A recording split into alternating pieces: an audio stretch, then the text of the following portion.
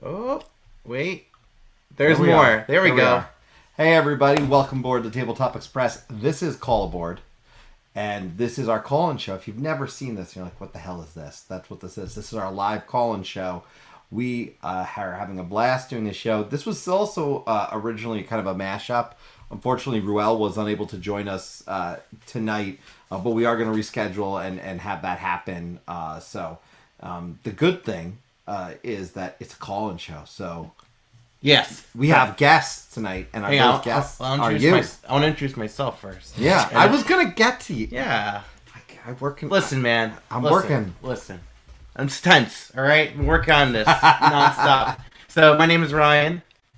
Do I get to go now? Yeah, come on. My name is Anthony. I didn't do anything. You're here. We are excited, though, for this episode of Call Aboard. Just so everyone knows, the topic is favorite games of 2022. And if you're asking why are we talking about games published in 2022 tonight, it's because we wanted some time to play some of those games. There's so many of them. It's March of 2023 right now. Yeah. We had 3 months extra. Yeah. We needed it anyway. I think I did. Yeah, we did. But the good news is we now have 3 months less for next year's 2023 video. So that's good. Danielle's in the chat. Hey, Danielle. Hey. How's it going? Looks like the video feed froze. Uh-oh. Awesome. Oh, no, that's not good. I hope we're in awkward positions. Uh-oh. That's not good. That's not good. Well, we'll figure it out. It might be the Wi-Fi issue that it's saying. Okay. All right. Well, it's recording. Video froze. We got video froze. Oh, man. Okay, one sec. We'll resolve this. How can we do? We could refresh.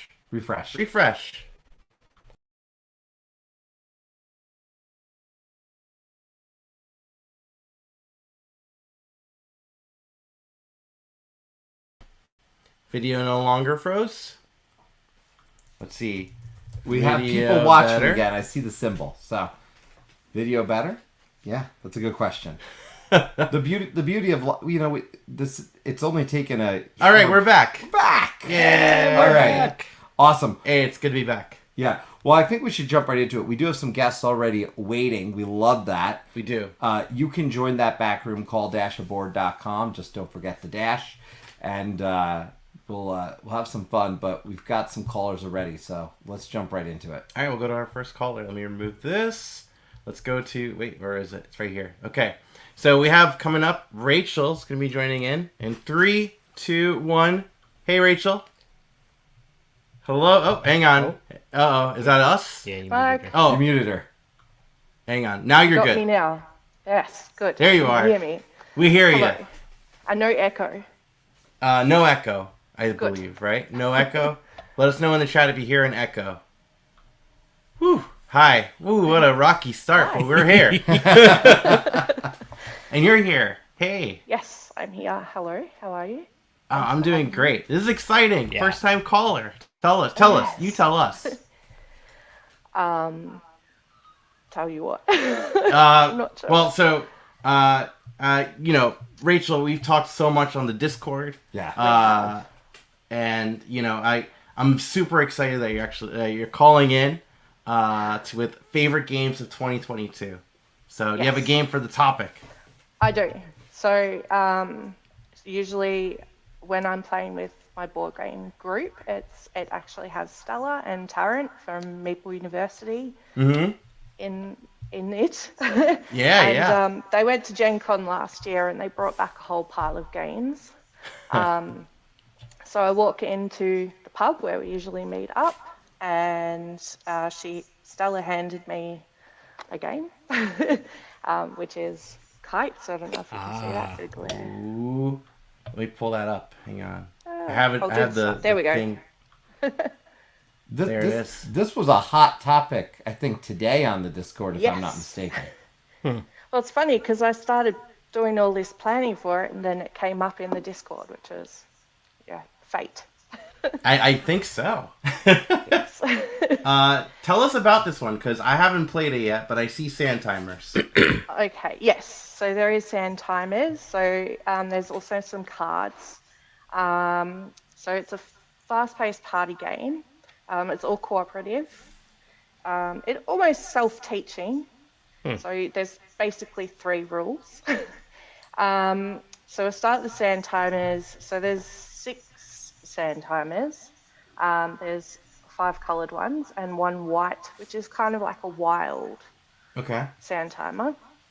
And you can only play the sand timer or the white sand timer. You can only flip it if you have one of those cards has 1 symbol in the corner, that 1 kite symbol. So all the other cards are flipped on their own colour. And all the sand timers are different times as well. So you set it up and you don't know which one's going to, well, after a practice you do, but you don't know which one's going to be fast and which one's going to be slow and who's going to have what card, and yes, fun ensues. So there's lots of screaming at each other. Communication is encouraged. And then we have three modules that we can add in. So there's an aeroplane mode where there's no speaking allowed. There's a crossed lines mode where the players swap cards left and right, which can be very confusing. And there's a storm mode, which that means everyone flips all the timers on their turn. Yes, and then once that draw pile of cards runs out, then you flip the white timer one last time, and everyone has to get rid of their cards as quickly as they can before the white timer runs out. So quite fun. Good to put on a table as a warm-up and have at gatherings. That sounds like my kind of chaos. Yeah, it sounds right up your alley. Yeah, actually. It sounds like very good chaos. Very chaotic. Yeah. And then, I was going to say, Rachel, my question was, when this came up in the Discord, chaos was the word that came up. What was the reaction? Like, who have you actually, you played this with family, friends? It sound like, who has this gotten to the table with? So the first time I played it was with Maple University, and Stella, crazy as ever, was yelling and I was yelling, and then also I've taken it to the table with my family. So the kids, mostly my daughters who are a bit older. My son probably would flip the table and throw a tantrum if he didn't win. So you don't always win. And it's one of those games where you're like, right, let's play it again. We're going to win it this time. Yeah. In fact, with that gaming group, we did have one older gentleman who was determined to keep going until we won. So, yeah. Did that take long? Well, the game takes about 10 minutes. Okay. So nice and quick. But yeah, if you keep going, then you, of course, add in another 15. So. Best Sobel art, by the way. Yeah. She pops up everywhere. So She does. yeah, that's nice. And good theme. Yeah. And it's so funny that you bring this one up, because I was for the long time I was just picturing this game as a competitive game, because I'm used to with like kites, like kite fighting, like kite fighting is a thing. So I thought it was a game about like kite fighting. Yeah, I can see that. This is where you got the bladed kites and you cut the strings off those kites. Yeah. Well, the good thing is you had to get the string covered in glue and put broken pieces of glass, and then you just. Sounds so mean. You know way too much about this. You've done this before? No, I've never done it. I've always wanted to, though, because it sounds like exhilarating.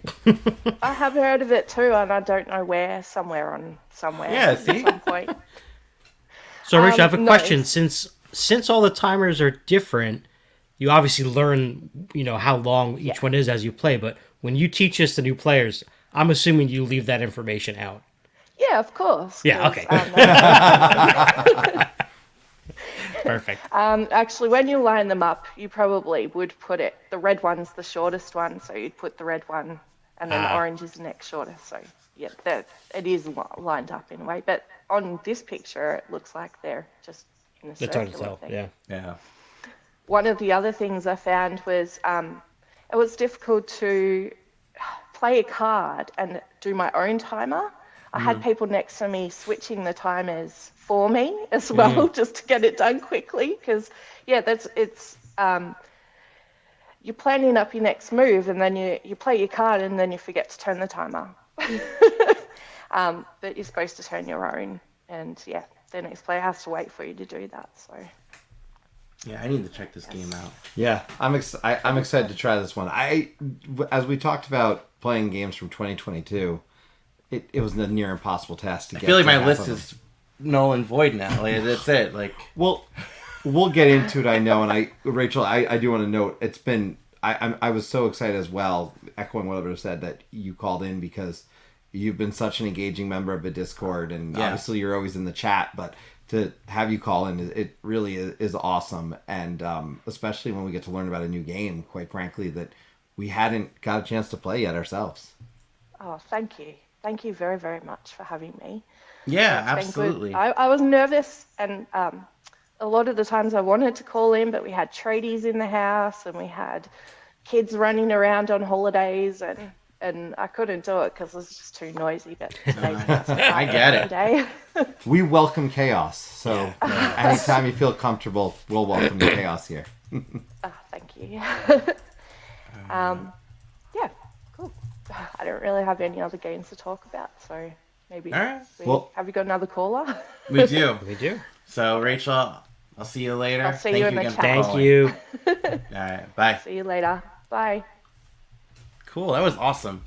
Always fun with a first-time caller. Yeah, Yes. and just like Chris was saying, it's exciting to see, like there's lots of love for Rachel in the chat right now. Rachel is all over our Discord. Yeah. Like, it's very happy to finally, chat. That's what I love about this call aboard thing, because you could bring pretty much anyone that wants to call in can call in. There's that open slot for them, Yes, agreed. And we do have another caller. We do have another caller, so let's not keep him waiting too Right. long here. Right.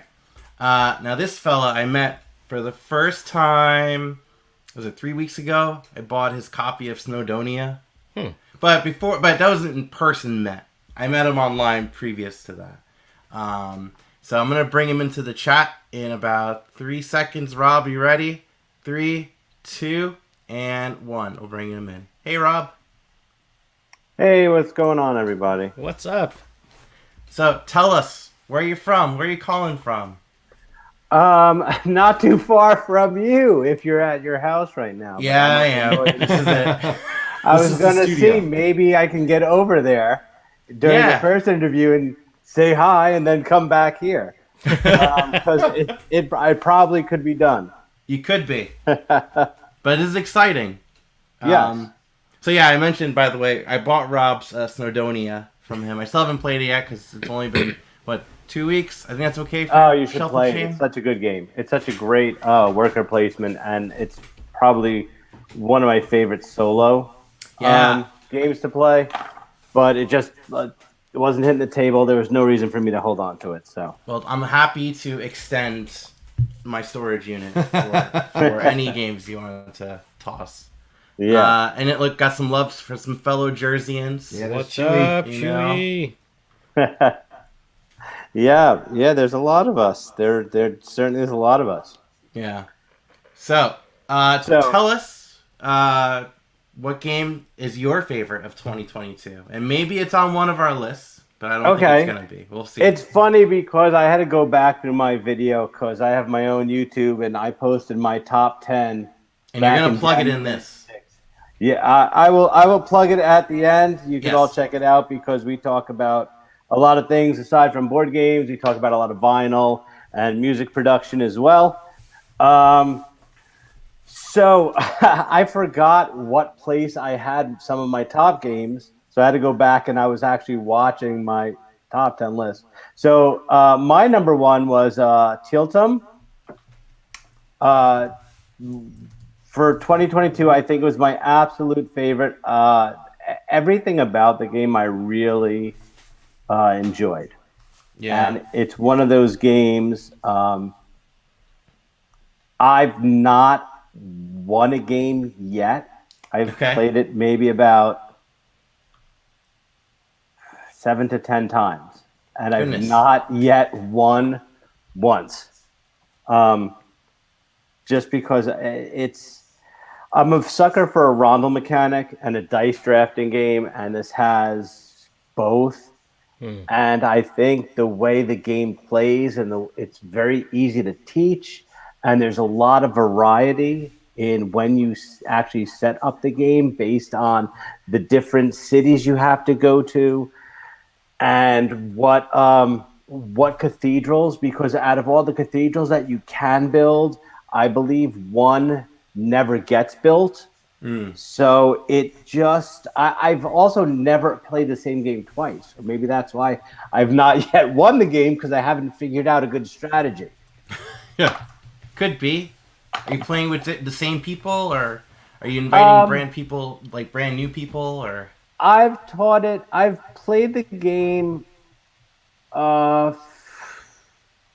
at least half the time with the same people, but most of the time I'm teaching it to new people. Yeah. So it's always different, and also when you're playing with new people, you try different things to see if they'll work, or different strategies to say, oh, well, what if I did this? Let's see if this works. The struggle of a good board game teacher, that's what that sounds like. Yeah. I like to make sure that if I'm teaching a game, because a lot of times when you play something, it's just so ingrained in your head of what to do. You kind of forget little tiny rules, which kind of make it hard. And I found that with Sabika, which is my number 2, which is awesome. Well, and this game is part of that T series, right? It's the whole T series of the games that I can't pronounce. There's Solkin. There's Teotihuacan. I think I have a video that I did of that. I'm trying to think what else is there. There's the Trixink something. Taiwatsu. Oh, Taiwan to see. Yeah. I just know that there's a lot of T's in the beginning. Yeah, and I just know that this one, because I didn't get to play this, and I thought if I did get a chance to play it, there was a good chance it would crack my top 10. So full disclosure, not in my top 10. But this one I heard so many people talking about. So this is on that kind of list of games from 2022 that I didn't play yet that have to get played before the end of the year, because I've heard amazing things about this. And it's got a lot of hype, and I'm hoping it lives up to the hype when I finally get a chance to play it. It's really good. I would definitely check it out. My top 3 all were hard to get in 2022. Okay. I have this one, Sabika, and Revive, which is Revive is finally being printed again. And I think Revive was going to be I would say Revive would be number 1 on a lot of people's list if it didn't suffer from production issues. Yeah. Because Matago, actually, the first few copies of the game were incomplete. They were missing parts. I know a buddy of mine who was one of the first to order when it went live last year. I don't know. There were 2 people. One it was missing a lot of parts in it, and it was almost unplayable. He had to use a lot of substitute parts.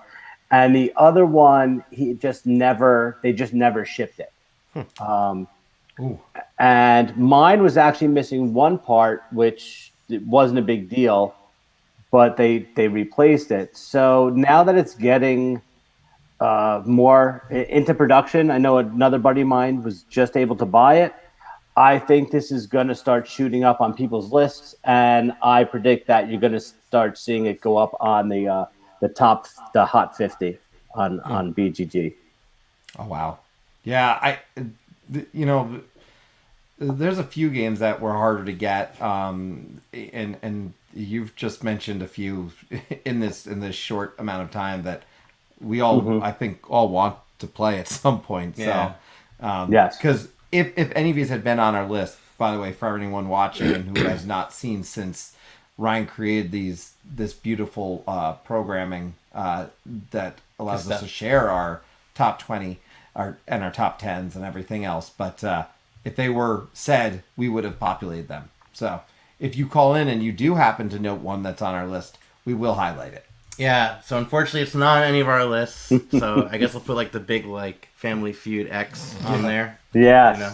Yeah, sorry, I looked through your list. I don't know if we had some of the other ones in no particular order that I really enjoyed. Yeah. Really quick. Astra, I thought was really good. Astra? And Perseverance. I like Mind Clash games. Yeah. I think everything they do is great. I think Perseverance is a way better version of Great Wall that came out the same year. Yeah. Woodcraft, I got to play. Yeah, it's also on the want to play list. There's so many want to plays. Dark Tower, Return to Dark Tower. Yeah. Considering Dark Tower is like my all-time favorite, it's right there. Right, you have the OG one. I got to briefly try that. I think it was at PAX Unplugged, and that was cool. It's not in my top 10, but it was really neat. And I don't remember if I played the original, but it doesn't matter. That new version is just the new version is amazing. Oh, with that tower in the middle of the table, it's just an experience. Yeah, it is. It's real. A lot of people don't like app-based games, but this makes it. It's really good. It does a great job with it. So that was impressive. Massive Darkness 2 is a lot of fun. Yeah. I'm gonna play yours. All these games, let's just go play here, yours. This is wait, wrong side. I know a lot of people are looking for that too. So that's was that on your list? Heat was. I didn't get Heat in 2022. I didn't get it until. Have you played it yet? Oh, multiple times. Oh, good. It's terrific. It's a lot of fun. Twilight Inscription was on my list too. That's really good, but you need more. It's good at 3 players or more. If you don't have more than 3 players, the game gets to be kind of a slog. Yeah. So it's not a solo experience, really, that you would... That's because I know it has a solo mode, right? You could do it solo, technically, right? You can, but as far as if you're looking for a good roll and write solo type of game, I still say Hadrian's Wall is... You're speaking his language. You're not going to... no debate. That's my number 1 solo game, so... Yeah, it is, but this if for roll and write, yes. Right now, the number 1 solo game, Hablamachus Victorum. Okay, it's absolutely fantastic. On table presence alone, yeah, it is spectacular. It kind of blew me away when I first saw it, and every time I play it, I'll start over from the beginning every time I play it just to experience it again.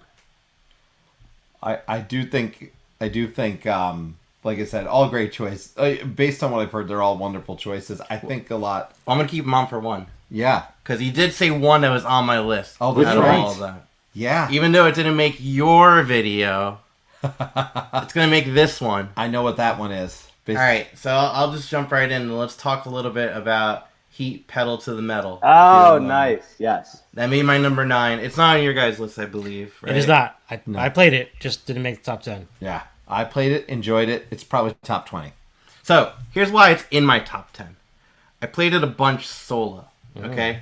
And I love it solo. And the thing about this game, I was looking forward to it because of the designer. I love Flamme Rouge. So Asger Harding Graniard was the designer of Flamme Rouge, and he put out Heat Pedal to the Metal as kind of like a Flamme Rouge 2.0. It was also co-designed by Daniel Skold Peterson. I'm awful with these names, so.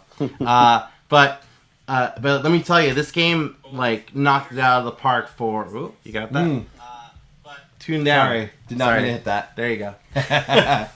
Sorry, Heat Pedal to the Metal is my number 9 because of the constant struggle that you are going to be going through with deciding what cards to play and when to push yourself with that heat deck.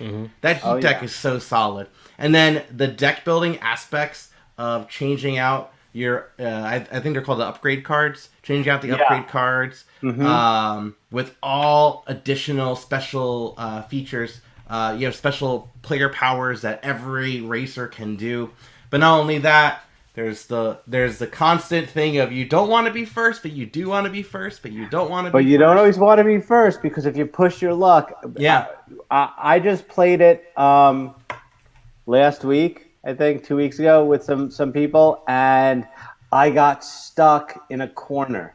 Yeah. I couldn't get out of. My engine overheated. I had to shift back into first, and I couldn't get around the corner. Which map was that?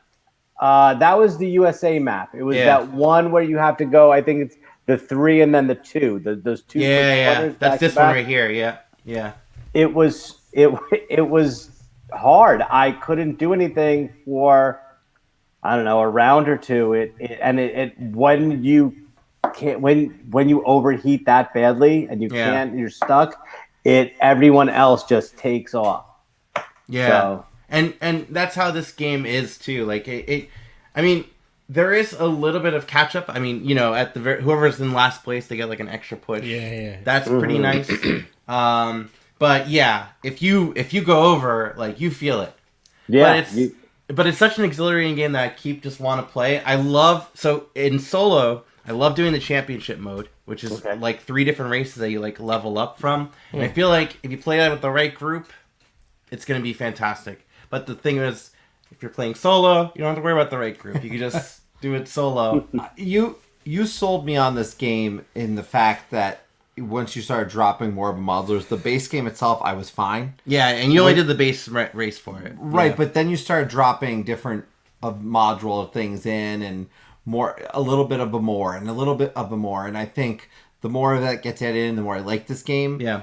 I don't think racing games are ultimately my like favorite type, so it's hard to creep into like a top 5, but I did really appreciate this game. I do need to play Flamme Rouge as well, which I know has the inspiration, it's kind of inspired this, so I need to play that, and I need to, before I make a real clear decision. But this was a fun game, and what you were showing was good. I don't know if I want to do 3 rounds of it, but at the same time, I can understand. It's not 3 rounds, 3 whole games. Right, well, yeah, that's 3 whole games. Well, it's 3 laps. You do have to go around 3 laps.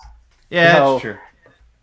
It gets tense. It does. Yeah. I found there is a lot of tension as you play this game. So it's more of just like a card laying and deck building game. I find it gets kind of intense, especially when you're trying to decide like what to play and how much should you really push it. Mm-hmm. The push your luck aspect is real. I don't tend to like those type of games, and the theme for me I'm not a race car guy, but this game is really good. Yeah.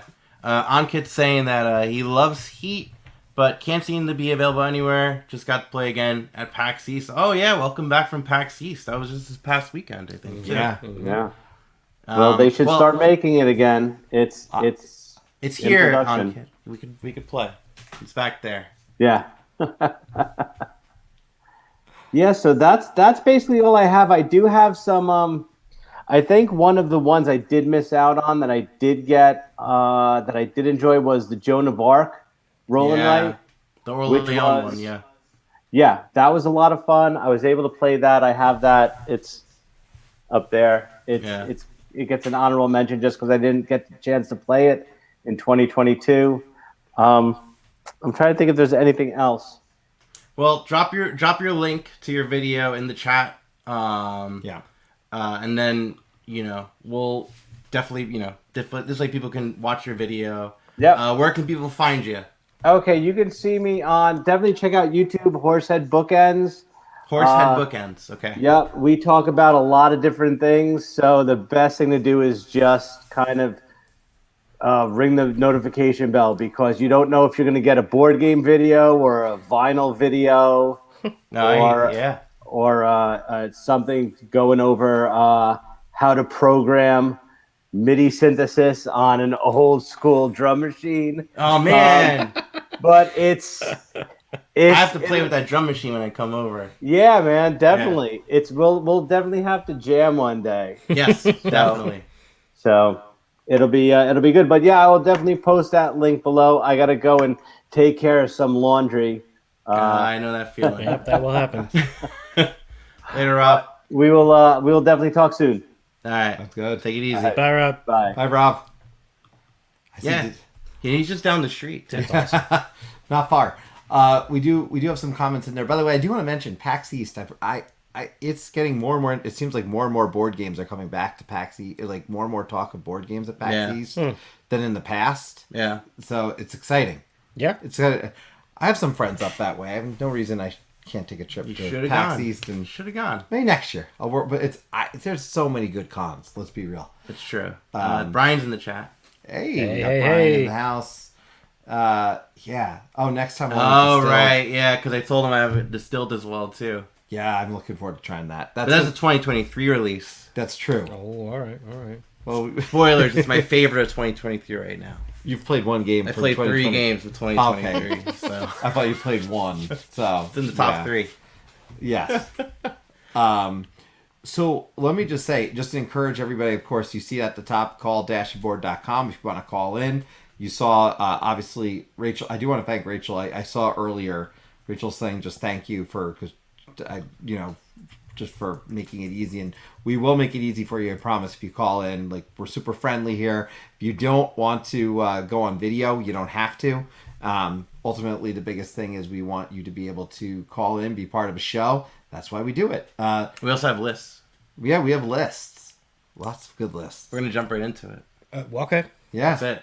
So we're going to bring up our list, but feel free to jump into the call queue, and we'll break away at any given moment to you. But let's start with the list. Let's go into Am I this. up first? Yeah, I think Go you ahead. should go. Click the number 10. You want to go 10 or you want to do... So we also Oh, have... whoa, whatever you want to do. Well, we also have... So we did 1 through 10 each. We also did favorite new to me game. So not necessarily a 2022 release. And then favorite expansion to a game that came out in 2022. Yeah. Those were 2022. The expansions were 2022 specific when we did that. Yeah.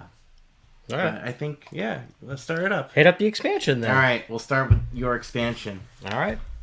What we got? I love cats. Get it? Yeah. I do. But my wife is allergic, so we'll never own one. But no, this Wait, is... really? Yeah. Wait, no, not the allergic part. What? The Isle of Cats, Isle like of I Cats. love Love cats. cats. I never realized that. Yeah. Is that on purpose? I think so. Yeah, I think so. You know, there's the thing in the box for the We cat can- to just sit in, too. Frank's very accessible. We can just message Frank and ask him. I'm pretty sure Frank it's West on will purpose. give us an answer. To He's watching right now, I'm Yeah. sure. All right. But I mentioned this game on my top 20, and this is one of the small expansions that I added to my collection. And this just adds more boats, which is kind of just one modular thing you can add if you want to just slowly kind of start to, get the expansions in there. All this does is add a different setup for the boat. So, it's funny. The description on BGG is like, oh, now you can change your strategy and make it a little harder for yourself or something like that. I'm like, this game is so hard already. I never fill in the entire boat. I don't think anybody does. But it's awesome to have all these choices. I like to just kind of randomly give them out.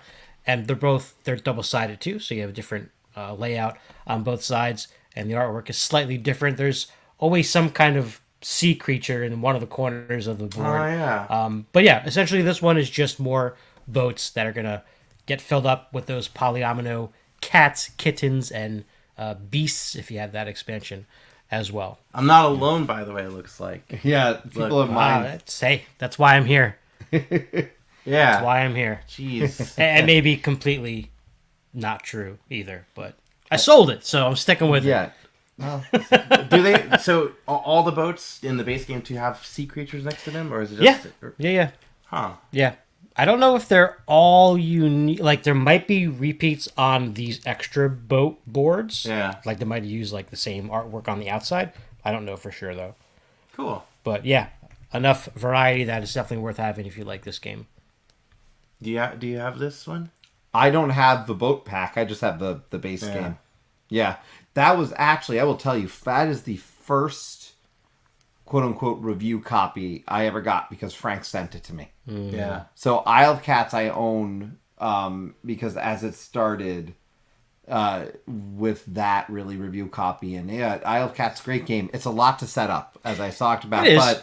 but it's so much fun. And like you said, it is hard to fill that board. I think it was Squirrel who was saying when we were doing the top 20 video, when you mentioned it, that never take that card that you're going to fill the board. Yeah, no way. It's no an way. awful Oh yeah, idea. he did say that. Yeah, It's an awful idea to try and take that card Yeah. because you're never Isn't it going like to do 15 it. I don't even points or know if it's whatever? possible. Well, I really sure it don't. is. Yeah.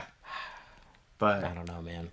Rachel's saying that this was a difficult wooden insert to put together, kind of like your experience earlier this week. Yeah, we were putting together the Western Legends Oh, yeah. big box insert. Look, that wasn't that bad, except the poker chip thing for me. The thing slots in perfectly and just goes bloop. Did you break it? No, it's not broken. I broke one of them, but they come with extras. Yeah. Because I think Because they know that it's knew. Yeah. I Oh, did- not the poker chip one. I'm sorry. It's No, the the bullet poker. case. No, the poker chip thing is just falling off. Like Yeah. it won't stay.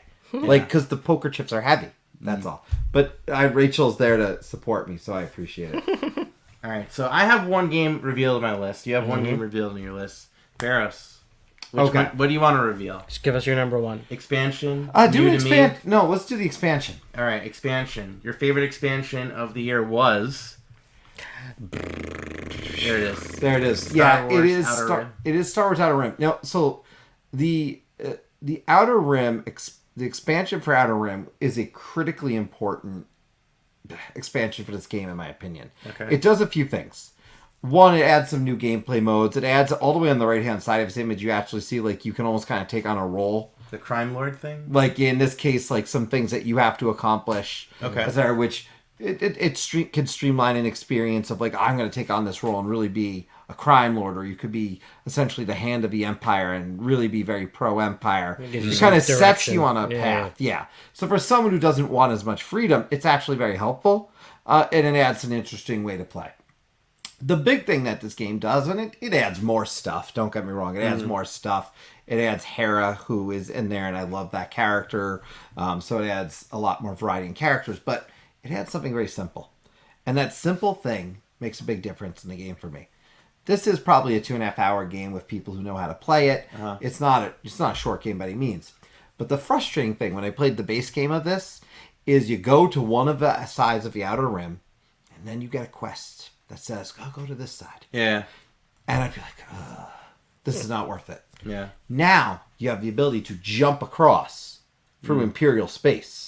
The problem being, it's Imperial space, so you're going to take some risk. Yeah. If you're on the Imperial side, it might be a little bit easier. But the fact that we can now jump across, this is a huge addition.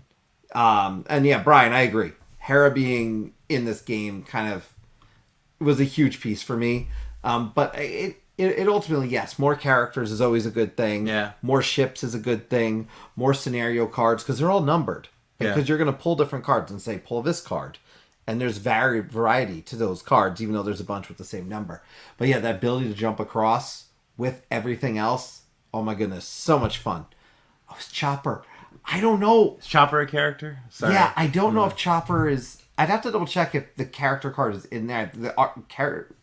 That's a good question. I'm not sure about that. I will double check for you after this video when I get home. And I'll get back to you on Discord there. But yeah, it's a great game, great expansion. I really do enjoy this from a pickup delivery system. It's just enjoyable. And I like the Star Wars universe. If you like the Star Wars universe and you like pick up and deliver, this game is going to deliver for you, quite frankly. That was... Okay. Hey. I got it. That was alright. It's no Isle of Cats, but I appreciate It's the no effort. Isle of Cats. No. That's for sure. We should, but it's so funny because, you were just talking about... This is very much a sandbox kind of game, right? Yes.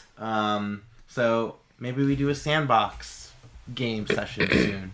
I mean, it's You got sandbox. that. You got Western Legends. You got It's Zaya. sandboxy, Yeah. but it's definitely not Western Legends. Like you've only so played places, but I don't care if it's an excuse to get to the table. I'm fine with it. And yeah, it's nothing is as sandboxy for me as Western Legends. What a game. Okay. All right. All right. So my favorite expansion of the year, it's actually two, but I only listed one because last year 2 expansions came out for this game, and it's not Dune Imperium I want to talk about. It's actually G.I. Joe, the deck building game, and This one is called Shadow of the Serpent expansion, but there's also one called Coldsnap. They're both fantastic, but I picked this one just because of what it adds. In particular is, first it adds a little more cards, a little more missions to go on to. G.I. Joe Deck Building Game is the cooperative deck building game for an IP I really don't care much about. But I love this game. I really love this game. And this expansion, what it adds is like a group board. I think it's like called like the command center or whatever. It's basically these tiles, and you're gonna spend recruit points to purchase cards, or you can spend them to flip over one of those tiles, and you'll have an ongoing benefit for the rest of the game. Yeah. Things like re-rolling dice, things like getting additional dice, things like handling when you defeat a Cobra officer, instead of putting them back in the discard pile, you could actually hold on to them into your stockade and like prevent them from escaping. I really enjoy it. Yeah, if you have this expansion and haven't played it yet, you should. Because, honestly, you should add this one to every single game of G.I. Joe deck building game you play. There's no question about it. It also adds in some cards, including these tiles, where instead of a single player spending money to purchase it, anyone can spend money to purchase it. So I could be like, I only have $5. Do you have a dollar more? We could buy the repair bay. It has that communication going on for this awesome 2-player experience. And 3-player I heard is really good too, but I haven't done 3-player. You want to talk about a game that came out of nowhere and surprised me, and I didn't. I've played this expansion with you. Yeah, actually, and so I can definitely support this. By the way, Rachel did ask about Expedition Leaders. That was my runner-up for best expansion, quite frankly, but I only got to really play it. Arnak? Yeah, I really only got to do both of them once, and I totally it was actually a hard choice, but Outer Rim for me was just a big difference maker, more so, whereas Arnak made it almost a brand new game. It was a tough debate, but this one, G.I. Joe, it came out of an experience where, we didn't necessarily love a lot of games by T.C. Petty that we had played. And this one blew our minds. This one really, I don't know there was a game that surprised us as much as this game in 2022. Yeah. If that's the category that we were doing, most surprising game, quite frankly. G.I. Joe deck building G.I. game. Joe the deck building game.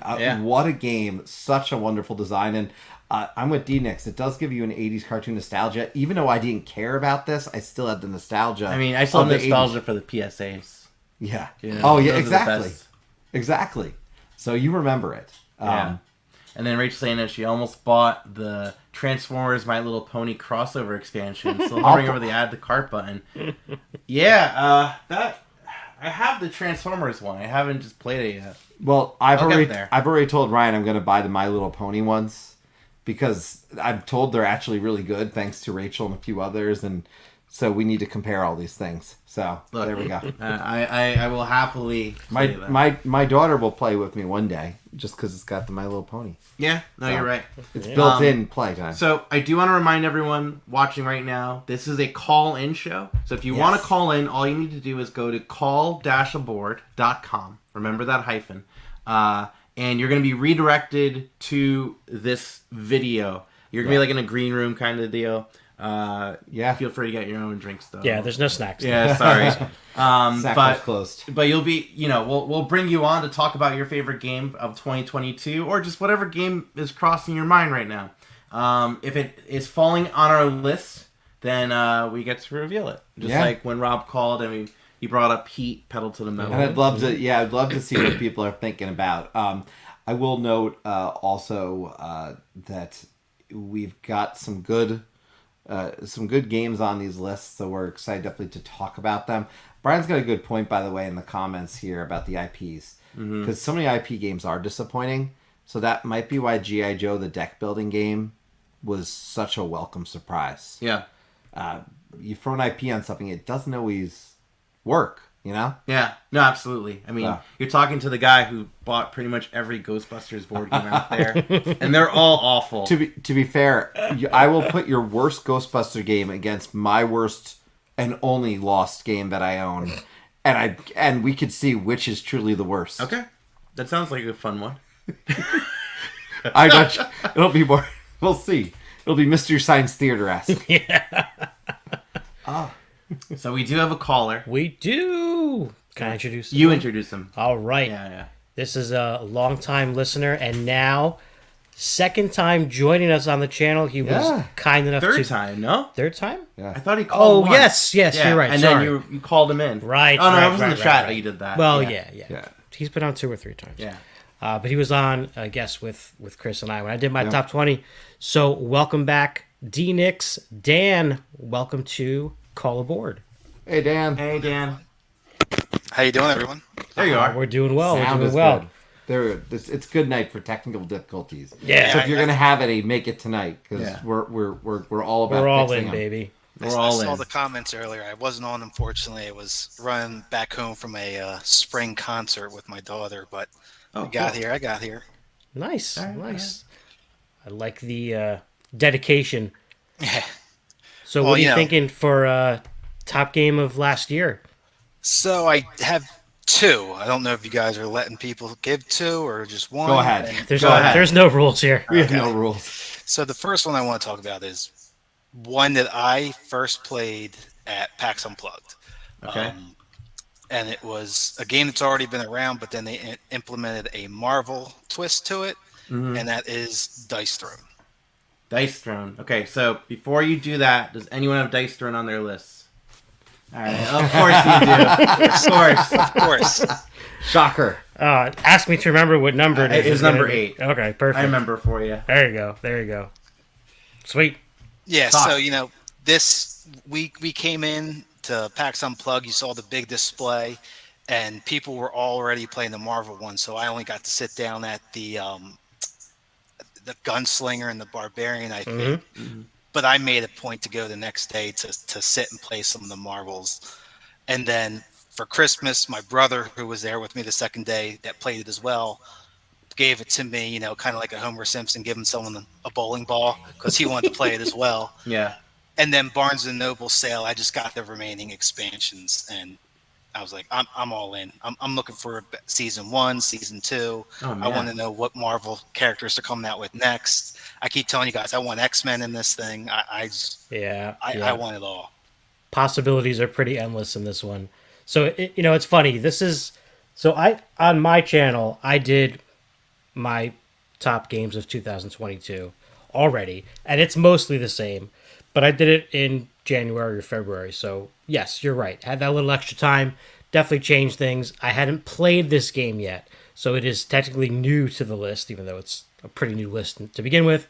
But yeah, I want to play this game again and again. I want to play as every character, against every character. I want to do every combination possible. I played this with Mr. Al on his channel the other night.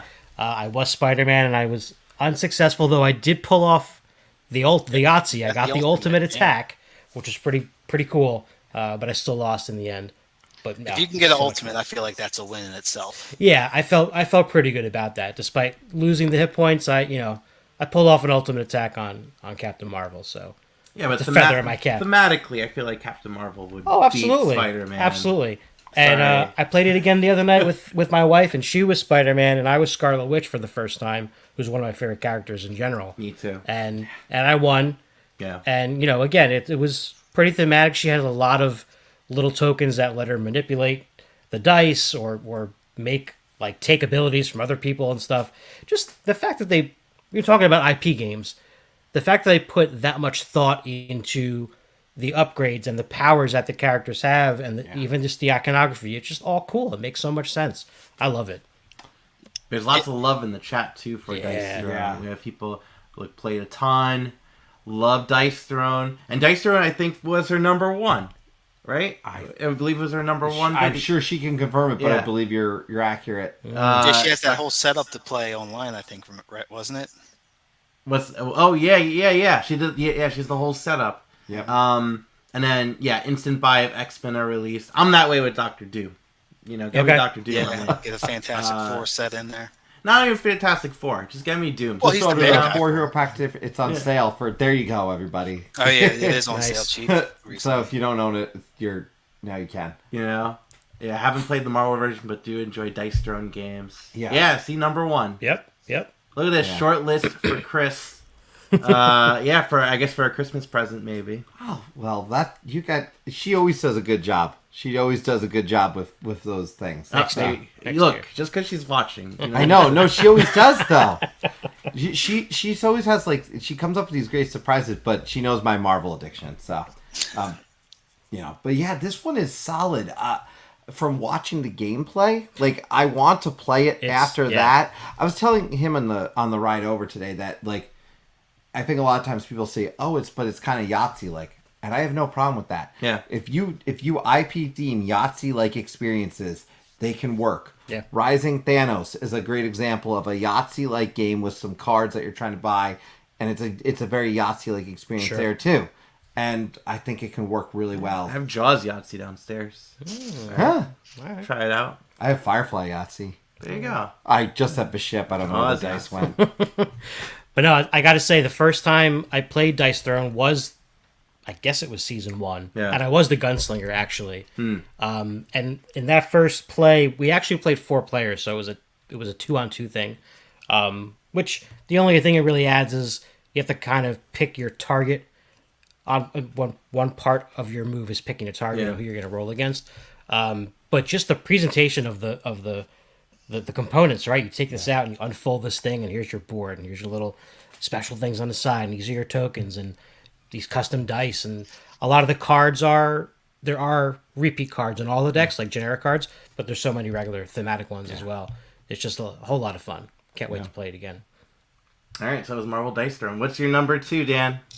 So my second one was one that I didn't even intend to go buy or even know about it the day I bought it. So going back to that Barnes and Noble sale, I get there very early because I know this sale's going on. It's like, all right, I gotta get there before it's picked over. And there's this other guy standing there just looking at the wall. I'm like, did you see the Reddit chat post? He's like, yeah, I did. So we're both there for 2 hours, debating what to buy and everything. And just as I'm about to leave, he goes, if you didn't get this, I highly recommend it. I'm like, yo, we've just spent 2 hours together. I'm going to buy what you tell me to buy. So I bought it and I took it home and I played it multiple times with multiple people, even non-gamers. And it's Long Shot, the dice game. Did that make anyone's list? No. Did not make mine either. played it. I'll pull it up. It is such Probably my top 20. a fun game. Solid. I mean, it's 8 horses going around the track. And the active player rolls a die, an 8-sided die, and it represents one of the horses, and then a numbered die, and the horse moves that distance. Yeah. Then each player takes an action, whether it is placing bets or taking concessions, which kind of gives you this bingo grid that you mark off. And when you finish a horizontal row or a vertical roll, you get a bonus that you can do. You can buy horses, which give you special abilities. And if you own the horse and the horse finishes first, second, third, you get additional money. But you can bet any horse that gets rolled on. So you're betting a whole bunch of horses the entire time, and you want to do so many things, but you're limited in what you can do. And the choices that you have to make are really fun. And it's, 1 second you're screaming for the one horse to go, and then you're like, no, not him now. I want 7 to go. And you're yelling at people because no one's rolling the 6. It's just a great time. Yeah, lots of love too for Long Shot. Look, Horsehead saying that he loves Long Shot. Bought it in 2022, would have made his list. Mary Alice saying love Long Shot as well. I've only played it the once with you. But you played a 2-player, which is not its no, and it's not. And I it's a 4, 3. It's even enjoyable at 3, but 4+. Yeah, it is. There's some. It's just fun, and the Barnes and Noble version, just so people know, specifically had the extra cards in it. Yeah. So it had some of the extra cards, which was nice. And there's a lot of variety in the way the different horses are going to play every game based on how you set it up. And it is fun kind of going crazy to try and get certain abilities activated. And if you like roll, you would like this one just because the roll and write world. Yeah, I didn't even know that's what this game. That was a mechanic in this game. Yeah, that's cool. That is a core mechanic of it. Yeah. But yeah, you get going in this. Enjoy this one. Yeah. And it's funny. I like this one as much as Ready Set Bet because I think this one is more approachable. I haven't played that one yet, and was going to ask if any of you had. This one's more approachable than Ready Set Bet, which is chaotic. Yeah. But this one is a lot more approachable, and I can easily get this to the table with a lot of people. Whereas race at bet is actually a daunting task to even just like they look at it like, what are we doing? Yeah. And so this one I really love for that reason. And this is one where I think like you play it and kind of maybe like a couple rounds in, everyone who hasn't played for it gets their bearing. You finish it and everyone's like, all right, let's play again. Let's play again. Yeah. What's the max? How does it play? Max player count? 7? think 8? It's 7 or 8. That's cool. Yeah, I think It's a lot. Yeah. 4 to 6. Best. and I think it has 1 a through solo 8. mode. Yeah. I agree. Yeah, solo mode. I agree. Best at 6. I agree. It shines at 4+ though. So Yeah, I think that's the way to play it. Cool. yeah, we can. This is we could definitely get this to the table sometime with a few folks here, and it'll be And you could have people on Zoom as well if they have their own board, you know. right. Yep. Yeah. So that's the nice thing about that. But yeah, great choice. Like I said, this is not my list, but arguably, this is probably again subjectively in that top 20-ish, just because it kind of dropped off due to some other games that I've played. But this early on in 2022, I played this and I loved it. And I remember going out and searching multiple Barnes and Nobles because it was popping up, and it was the third Barnes and Noble I actually got my copy. I went searching for this, so this one was high on my list going into the year. Yeah, and like I said, you know, I had no inkling of this game, and my best friend ever at Barnes & Nobles, who I don't even know his name, Yeah. hooked me up. So thank you, best friend. I hope they do that sale again. They Oh, will. God. They do that twice a year. No, not never where not everything. Like Oh, they no, put that- every board game. Oh, Yeah, well, that no, was that crazy. not that sale, but Yeah. they'll do a sale. Yeah, That'll be. yeah. But Nah, that was exciting. that was madness. Yeah. I was like frothing at the mouth. I'm like, I gotta get there. I gotta get Yeah. there. And of course, the closest one to me doesn't have as good of a collection as the one that's 40 minutes away. So Yeah. gotta go 40 minutes. Yeah, you gotta pick your Barnes and Nobles right when that happens. That's true. We were actually discussing which Barnes Noble to go to. Yeah, Like, no, don't I know the one. I know the Yeah. one we go to. Yeah. So cool. Well, Dan, it's obviously one. And I want to thank you. Obviously, it was so great having you on for Anthony's video, and it's obviously, as we've said to everyone, appreciate the activity in the Discord. Anything cool course. going on with you right now that you want to share while you're here? Looking to get the rest of my packs unplugged. I know it's been 5 months, but you know, we're all workers and dads here. Got to get the rest of my recap out for that. So look for at Gate Crashers, the website that I'm helping out, get some tabletop content out, Right. and maybe working on getting a tabletop podcast for them. I know they got a D&D one shot coming out. I was not a part of that, but I definitely plan to listen to that and get some D&D fix in, because I had my D&D the other night. Like I said on the Discord, D&D's kind of took over for monthly game night, but I'm trying to get back to it. Yeah. No, I get that. I still haven't dove down the road of role-playing games. I'm afraid I won't come back. It's tough, right? Yeah. Because it kind of does. Yeah. It's one or the other. Yeah. At some point, if you have that, you know, it's like I haven't played D&D in a very long time, but when we used to play on the regular, and it was just so long. Not even the playtime was long, but there was like, you know, once everybody gets settled and you know everybody starts BSing and stuff like that. But then there's always like rules repeat explanations and, well, I don't remember what this does, and it's like, oh, we could have played so many board games in this time, and like, you know, but it's its own thing, right? It's Unless certainly you played fun. Twilight Imperium, and then you would have been still playing Or Twilight Imperium. one of these H&XX games. I think I'm I'd not rather- pointing to my chest. I'm just a long train game. Well, the good thing is we can let you get to unpacking some of those, but we'll of course see you again here on the channel, and of course in person once again at Absolutely. PAX Unplugged, because that's always a good Tabletop time. Express Con before that. TTE Yeah. Con. TTE con. Jersey's not far. Yeah. All right. Make it All happen. right, Dan. All right. Have a Appreciate great it, night, guys. Dan. Thanks, Dan. Thank you for being I'll here. stay on and hope to enjoy the rest of the show. Absolutely. See you in the chat. Yeah. All right. Bye. Later. That was awesome. Yes. So, it was. we got our list. All right. I think you should go up next. Want to jump into favorite new to me? I think, you start with your favorite new. Yeah, my favorite new to me. This was on my top 20, And it was not new to me in the sense of like not knowing about it, but it was new to me in actually playing it. I want to clarify that. I knew about this game.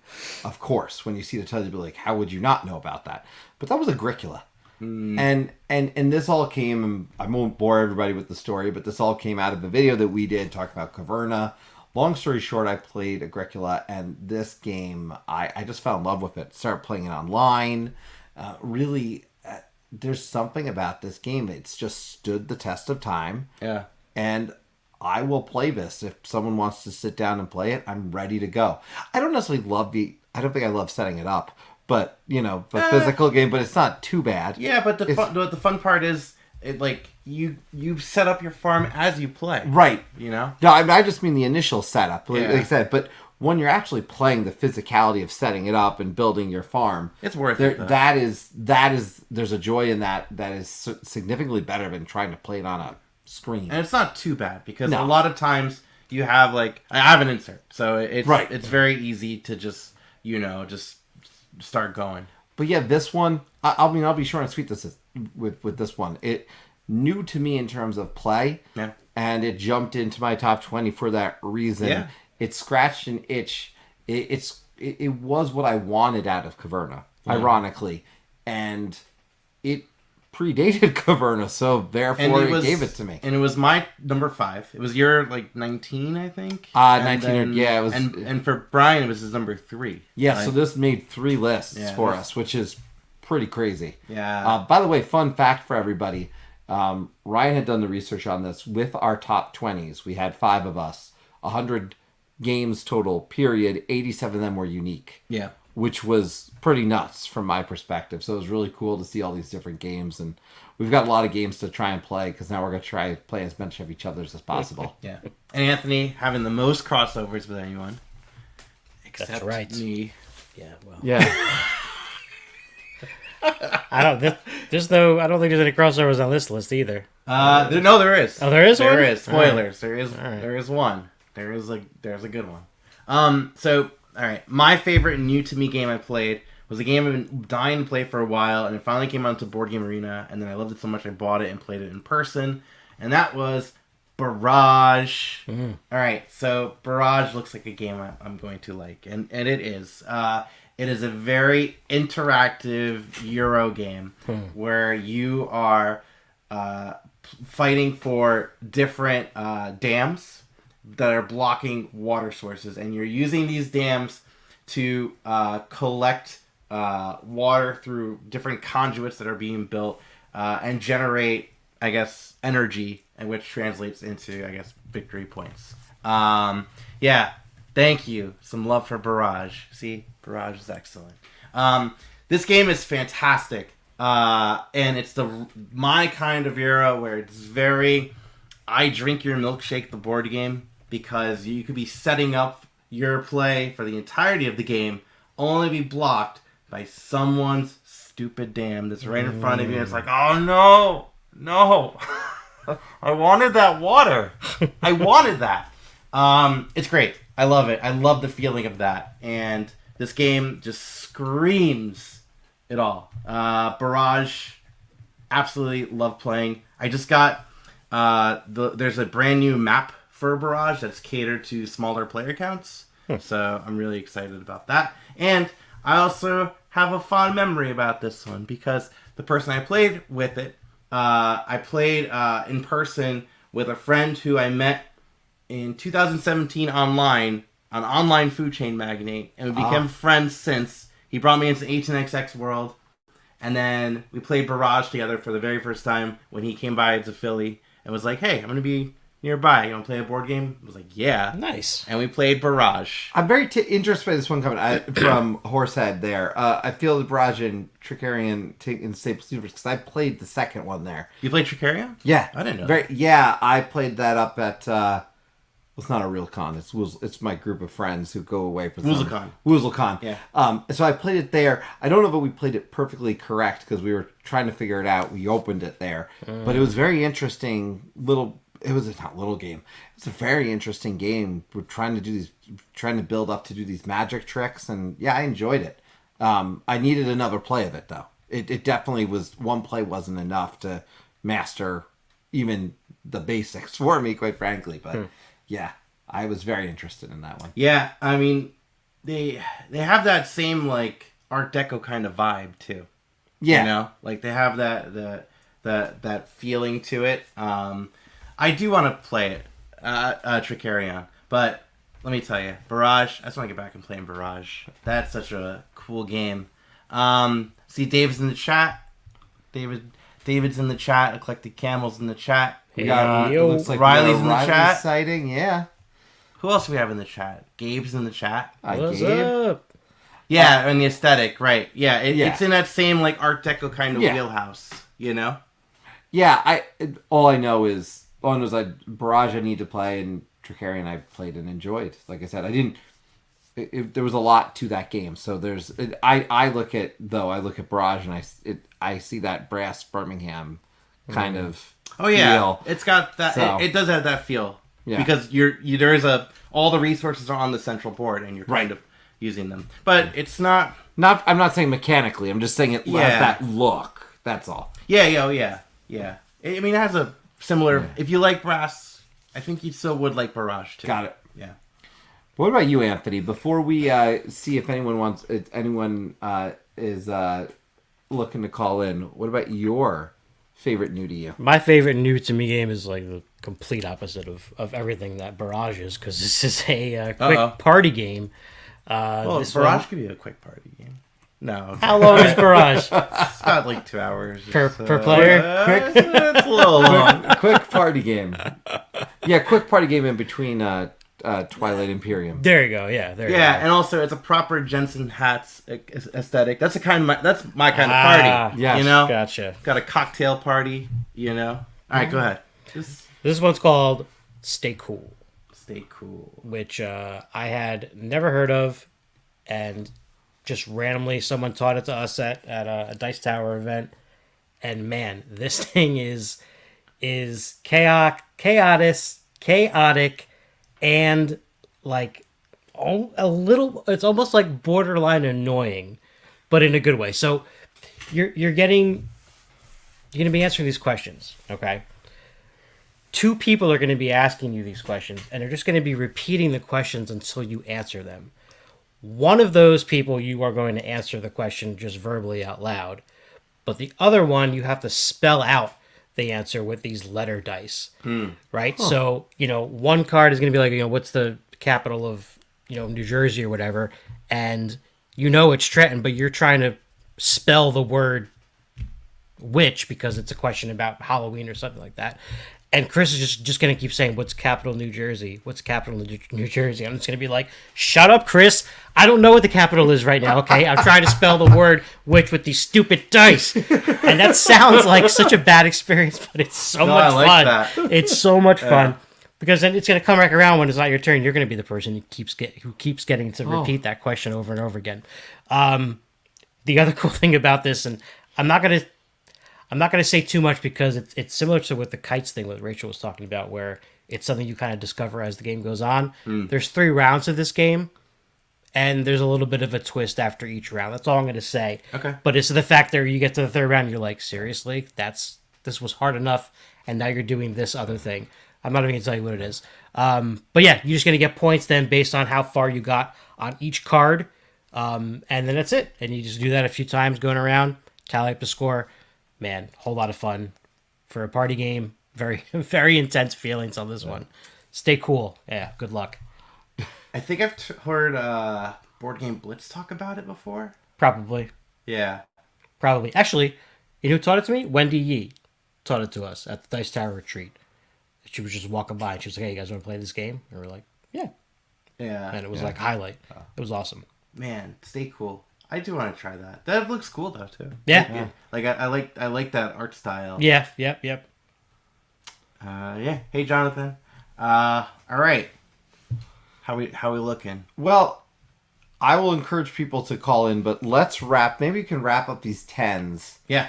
Let's wrap up our 10s and then go back to the chat and see if anyone wants to bug in. And look, for the record, if anyone does want to call in, you don't have to put your face on screen. If you don't like, you can. And just also use the chat's audio. fine too. The chat's fine. If you do have things. Oh, It looks like we got a caller. That's cool. Oh. I didn't expect this one. Oh, this the is an first exciting time. call. All right. Go ahead. You introduce. Yeah, you know these people. You right? introduce. Yeah, this is her. Is this her debut on the channel? Technically, this is a debut on my channel. Of my wife and my son. Apparently, it's 10:11 at night. I don't know why he's awake. But my wife and son are calling in, and I know we do play a lot of games. I'm very interested what is on the top of their list here. All right, let's bring them on. In 3, 2, 1, you are on. Hello. Hey. Hi. Hey. What's Man, up? It is 10:11. It is Holy 10:11. moly. It's a school night, sir. It is a school night. It's fine. I'll let it go. It's a school night, but we're very big fans of the. Hi. So it's a school night, but Des is a huge fan of the channel. Good. Not Good. biased at all. No. He likes you guys better than me. So He that's why. does. So he really wanted to call in and share our favorite games of the year or of 2022. Okay. So we thought we would call in, and I'm letting him stay up tonight and listen to your show. because Oh, man. he's such a So- fan. I love it. I love it. So my favorite game of 2022 that I've played so far, or of 2022, was Boop. So that's been a Boop. big popular game in the house. And then Des. My favorite game is Spots. Spot. Yes. Oh, wait a minute. We gotta do something. All right. So, We, Boop did not make the list. yes, Unfortunately. Boop got booped Yeah. because Of spots. of spots, basically. Spots is pretty good. All right. Well, go ahead. Because So dogs are better than cats. We'll start with Anthony. Anthony, what number of spot? Was This is Spots good. was This is your- my number 10. number 10. It's my number 10. All right. Spots was your number 10, but there's some more. It was Yeah. your. I believe it's my number 3.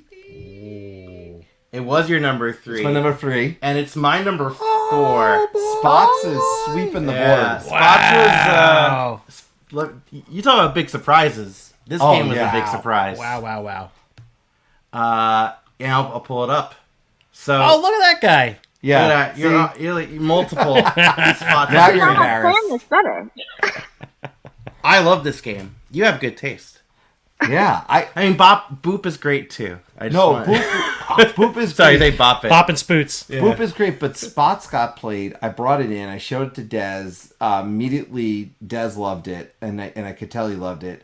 Mariel's picked up on it quick, and we just kept playing this game. And it's one of these games I feel like I can take to our family and Yeah. anyone in the family and play because it's just such a basic concept. Yeah. And I can explain 6 cards on the board and say, all right, this is how it works. And that's it. I don't really have to explain much after that. And then everyone just plays the rolling game. Yep. Yeah, my son loved it too. And Yeah. he's 4 years old, but I mean, he just likes putting the dice on, and then if he messes up, he'll just roll it and stuff, or just change the die value. But that's fine, And yeah, Kyle's in the chat saying John Perry is one of my favorite designers. Love his work, and I absolutely 1000% agree, because I love Airland and Sea. John Perry did Airland and Sea too. I haven't done Scapegoat yet. I do want to try Scapegoat, but Spots was Hit the spot. Came out of nowhere. hit the spot. Yeah. They really Worked it, did. too. Yeah. Here's my spots. Where are my spots? No, this one is not going anywhere. This is not going anywhere. Good choice. Yeah, Good choice. I gotta pick this up. And I will just note, Boop was like number 12 for Yeah. me. Like, I really liked Boop. It falls into a category. It's just in a very competitive 2-player game space, and I have so many of them that I liked. Yeah. Like, between that and Caper Europe and all this other stuff. Yeah. By the way, it's so true, Dan. This comment cracks me up because it's the amount of people who have bought spots that I've talked to because Yeah. they heard about it in the Discord. It cracks me up. Yeah, we're gonna start getting commission on that, I think. Yeah. Maybe. That'd be, No. Be nice. Be Yeah. nice. Cool. Well, thanks for calling, Thank Yeah. you. and we'll try to be quick. Yeah. No, No, we won't be. Be a late night. Get the I'll coffee see you in the ready. morning. Yeah. All right, thanks. All right, later. Bye, guys. Bye. Awesome. That was exciting. That was Yeah. Look fun. at that. First time caller. It's neat too because I've talked so much about playing games with Daz. Yeah. And he really has picked up, and I've always tell that story of like playing Raiders of the North Sea with him for the Yeah. first time, and he won. I don't even know if he remembers winning, but he won. and so he's picked up on games. But Spots is like one of those games that anyone can play, right? And it's just he picked up on that one, and we just kept playing, and it played as fun at 2 players. Quite frankly, we had good at 2 players. It was good at 3 players.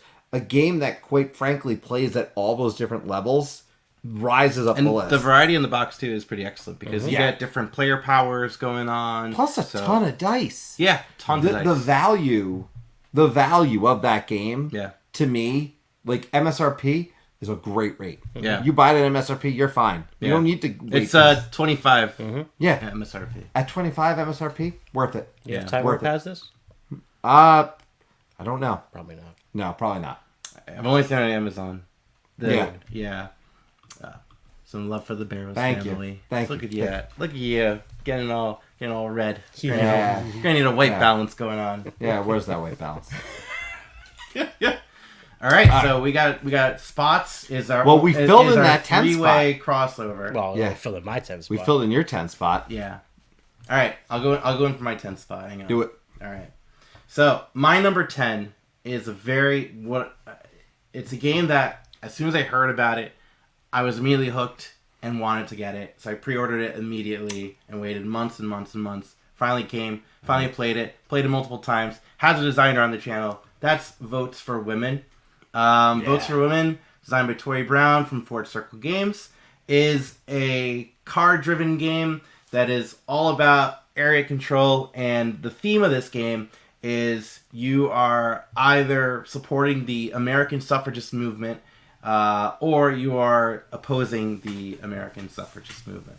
And the way to win is to have to pass the 19th Amendment to Congress and then get it passing.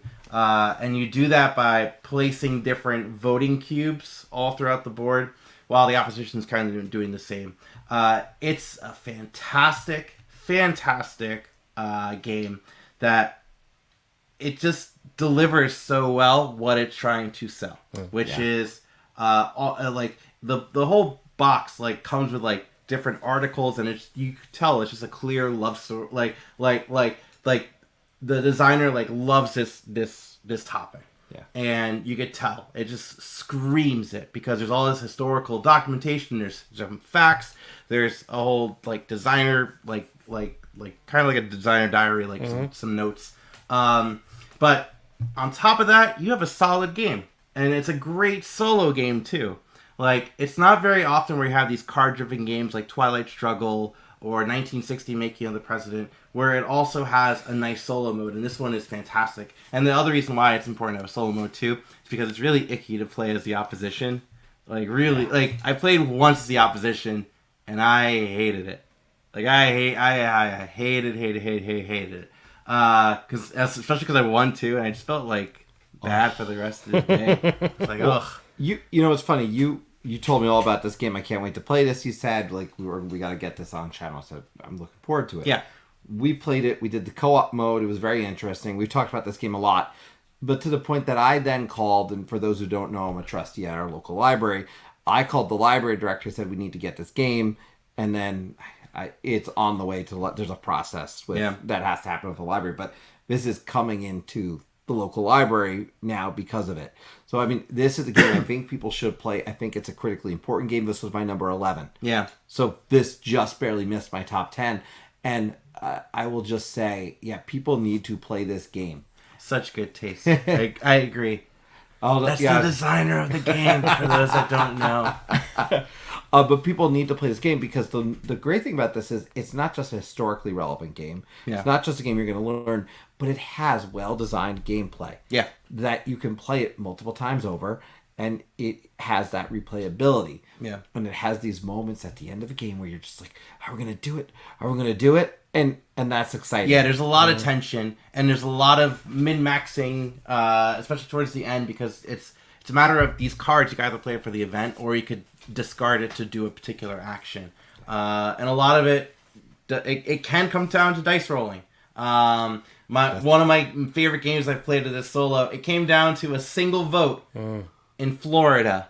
And I'm like, of course, And luckily, this did not follow the history, and Florida passed it.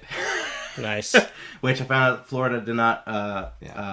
They didn't really just pass it until like the 50s, way after the fact. So go figure. Well, one of the cool. Sorry, I don't want to make this too political, but I kind of do because this is such a good game, and one of the coolest things about this was one of our both you and I favorites. It was in our top 5 favorite designers. David Thompson. Yeah. Talks about this all the time and playing with his daughter. Yeah. And so you do see that, and as a dad who has a daughter, this kind of game is important. Yeah. And that's the reason for me. I was bummed that it didn't make my top 10. It was just on the outside. But I will talk about this game with everybody. It will be in the shelf at the library, and I will be teaching it there. And so I'll bring my copy. And that is very true. Dice rolling with mitigation. So it's not just roll and good luck. Yes. It's roll and best of luck. I like the exclamation mark, by the way. She definitely was like, wait a minute. That's a fair point. Fair point. It is something that needs to be Great choice, though. Great choice for your... Votes for women. And you brought it back. I did. I brought it back. Yeah. I lent it out. I know. I brought it back. You can pop my number 10 up. All right. So... Click it. Yeah, just click it. All right. So my number 10 is a game that famously I got after I had a failed pledge for Marvel United that went astray. I will not go into that story because I want to be positive. But I had this extra money that had come back to me. And at that time, Dead Reckoning came up. Mm-hmm. And I just realized, this looks cool. Pirates. Okay, cool. Yeah. That's neat. Oh, look at those coins. And then I started getting excited about this game. And then it had this, and what's cool about this one is it has these sagas. You are traveling around. You are trying to accomplish things. You are going to encounter and engage with one another.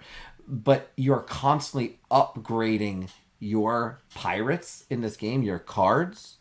And they're not really the pirates as much as kind of your fleet of sailors. But you're upgrading them at the end of each turn. So your cards are getting more and more powerful. Yeah. Part of the setup when you first get the game is you're actually creating the base card for all of these, and then because one of those like sleeve. Correct. Right? Yeah. It's that sleeve Card crafting. It's a card crafting 4x4 game essentially. Yeah. Yes. It's such a unique game for my collection. Yeah. And you never know what you're going to pull out of those. You can see the 1, 2, and 3s there. There's sagas that add these all these new cards in. The art from Eno Tool on this one is phenomenal. Yeah. This one's I've only played solo. I'll be honest, and I've enjoyed it. Yeah. And I've really enjoyed it. I started going down one of the sagas with just kind of that mode. But I need to get this on the table at multiplayer. But even so, it was enough solo that I got excited about this game. And it's great. It's just an overall great implementation of an exciting world. Yeah. But that kind of card, the way that you do that card crafting, that was new for me. Yeah. So you have to understand that was the first time I've ever done a game like that. Yeah, okay. Mixed in this kind of world. And for me, that was all it took. So this could easily be higher if I had a chance to play it more than solo.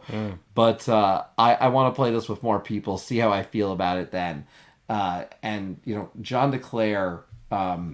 Rachel loving card crafting here. Yeah. It's fantastic. John DeClaire is so clever. Because I know it's Mystic Veil that did it. And then I think Canvas Edge did of it too, Darkness. right? Canvas did it too. Canvas does it well, yeah. That's which a good I have point. not had a chance to play. I've heard wonderful things about Canvas. Yeah. But yeah, this one, it's really enjoyable. And what you're going to see is more stuff comes out on that board. This is obviously a very plain board to start here. But as you're exploring, going through, and it's just fun. And if you like that world of piracy and sailing ships, I mean, you gotta try this one. I do want to try. Yeah, I definitely want to give this a shot. Yeah, this will be a fun one. We've talked about in worst case scenario. I know if it hasn't been played by September, right? It's Talk Like a Pirate Day, and we got to get that. We got to get one of your top 20s onto the table. Sea of Clouds. Yeah. We got plenty of options there. A lot of pirate Forgotten games. Waters.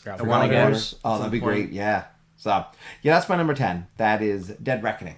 Cool. Sweet. All right, so all the 10s are gone. My number 9 was revealed already. Anthony, you want to take number 9? Number 9. Hit it. Okay. Boom. Boom. Verdant. I see it right over there on the chair. It is. There you on go. the chair. I'm going to zoom in on these. Look at that. Oh, look at that. Fancy. Wow. Okay, go ahead. Is that new? It is new. All right. I'm adding new features. Okay. Ryan adds new features to this like every single He's show. a I never know what mastermind. else is next. So Verdant's from Flat Out Games, the third in, I guess, a series, right? You could call it, of Calico. Right. Yeah. Followed by Cascadia and then Verdant. So I was definitely on board for this when I first saw that it was announced. It has a similar feel to those games in the way that you're kind of drafting stuff from the middle. The difference here is you're constructing basically a house with plants, right? You're trying to get these plants in these different rooms, and it's basically you're building this grid that's going to alternate room and plant, room, plant, room, plant, and you're really trying to get them in a good position to give them the most sunlight so they can get the most points. There's other bonuses, way to score. Green thumbs are going to let you mitigate the way that you draft things, similar to Cascadia with those nature tokens. And I love the theme. I love nature themes. I feel like house plants is getting like its own theme a lot now recently, which you might see later on in the list as well. But yeah, Verdant's a lot of fun. I think for me, Cascadia obviously was my number 1 game on my top 20, so that's definitely my favorite out of these 3. But I do enjoy Verdant a lot, and I was very happy to get it into my collection for sure. I enjoyed this one because I don't want people to think I didn't like it, because I feel like I've said I liked Calico and Cascadia better, and Cascadia was on my top 20 of all time. But it is good. It is an enjoyable game. I need to play it more. Yeah. I have not done the solo. I know I let Ryan borrow it, and you've plugged the solo. So yeah, and by the way, Brian's saying that Verdant got lost in the shadow of Cascadia, in my opinion. And I haven't played Cascadia. I've only played Calico, and today I played Verdant for the first time to take these photos. So I did the solo mode, and it works incredibly well solo. The solo mode is fantastic because what it actually offers in the book is actually like 15 different scenarios, they're called, as to what different kinds of goals to have and then what score to beat. And that's the kind of solo gaming I like. Give me a score to beat and I will beat that. Or give me an objective to do and I will try to do that. That's my kind of preferred solo, as opposed to like beat your own score. Sure. Right? So with this game, with Verdant, I like Calico. I don't love Calico. Calico breaks my brain too much. There's a little AP happening there. Cascadia, I haven't tried yet. I know you guys love it. I think that's the one game that was pretty much... that also was like a 3-way crossover. Yeah. Yes. Too. So I do absolutely want to try Cascadia. But Verdant, I went in not with high expectations because of my feeling for Calico, and I was pleasantly surprised.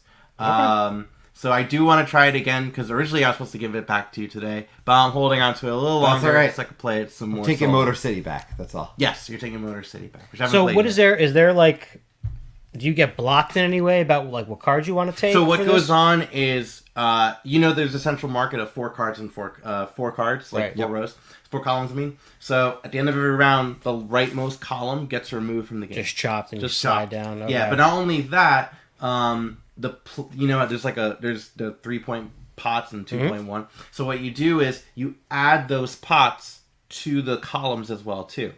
So then you start losing those as well too. Not only that, whenever a green thumb is on a card, if it's going to get chopped, it goes onto the next card to the left of it. Okay. So it doesn't fall off. But if there's ever a case where there's 3 green thumbs on a card, that all those thumbs go away. Yeah. Cool. So interesting. it's quite the balancing act. And I played with the goals. Cause I'm like, I'll just go with the goals straight out, because at least give me a little bit more going on to it. And I had a great time. Like Verdant, I'm looking forward to some more solo gaming of this one, for sure. Awesome. So, Yeah. If you want to pop my number 9 up. Yeah, I could pop it up. And yeah, by the way, if you do want to join the chat, join the video to chat, you're more than welcome to go to call-aboard.com and we will bring you on to talk about your favorite game of 2022. Yeah. So talk about yours. Go ahead. Oh Sorry. no! Click that button. Okay, bring click it it right on up for me. So we played this game, and this Good was choice. And we played this game. We played a 3-player game of this one. Atiwa? Is that how I pronounce it? Atiwa. The guano game? Yes, the guano game. This is a bat poop game. No, it is, though. And this game was a game of interesting choices. And for me, that was the thing that brought me into this. Because I looked at the board. I got really good feelings immediately looking at the board. I had a board of resources that I was going to be taking things off to reveal more things, which I love. Yeah. I love. I mean, you look at Scythe and many other games, like they have these factors, not at the scale of this game, though. Okay. And you're taking them off, and you're going to be getting them on your little kind of, what are they, 3x3s? They're 3x3 boards, essentially. Which board you're talking about? Your Like own our personal board? boards, yeah. It's like four. It's a 4x4. So it's well, like it's a a 4-column grid. It's a 4-column grid. Yeah. So, and they all have different looks and feels. As an action, you can take a new board. Yeah. And you can keep growing this. Oh yeah, but the boards themselves are 3x3. Yeah, Is that what the you're board asking about? Yes. Okay. Yes. Sorry about that. No. So. So you're making a 4x4 grid of these 3x3 boards? Yes. Okay. Yeah. Correct. So what's really interesting though is you also want to take the right people. And you want to put the right things on these boards. And you can only put certain things at certain spots if they have an identifier. But the thing that got me with this one, was the fact that based on it's not the education level, it's the, what do they officially call it in this? No, I think Do they call it the education? Trained. So yeah. based on if the people are trained or not trained, Yeah. they will or will not eat the bats. So when you get to the food phase, the trained people won't eat the bats. So you have to feed them something else because the trained people know that you're not supposed to do that. You shouldn't do that. Yeah. And this mechanic of how I'm going to feed everybody. Yeah. I have a surplus of bats. Where are the bats going to go? Right. Because after the bats go to this one board, they have to fly back at the end of a round. Yeah. There's so much going on in this, but yet when you play this, you can pick it up really quick. It's very intuitive. It's it so looks scary, intuitive. But it's super intuitive. I did not expect to love this game. I loved it after one play. So it's here on my list at number 9 for that So reason. I played it a couple times, and Gabe's mentioned I played this last week, and it's an awesome game.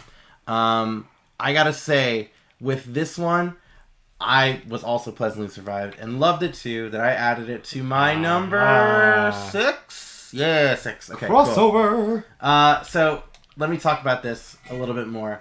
With Atiwa, there is that huge balance of having your own personal player board, because not only you have your personal player board for where you're going to put these resources, because when you take a resource from the game, you don't just put it to the side. You have to place it on your board. If you don't have a spot for it, it's just done. That's it. And then not only that, you have your own personal general supply that you could take from too. So when you're taking from there, you're unlocking more things that thematically make sense. When you take off wild animals, those wild animals are going to start fertilizing the ground, making more trees. When you have more trees, they're going to start producing more fruits. When you have more fruits, they're going to start attracting bats.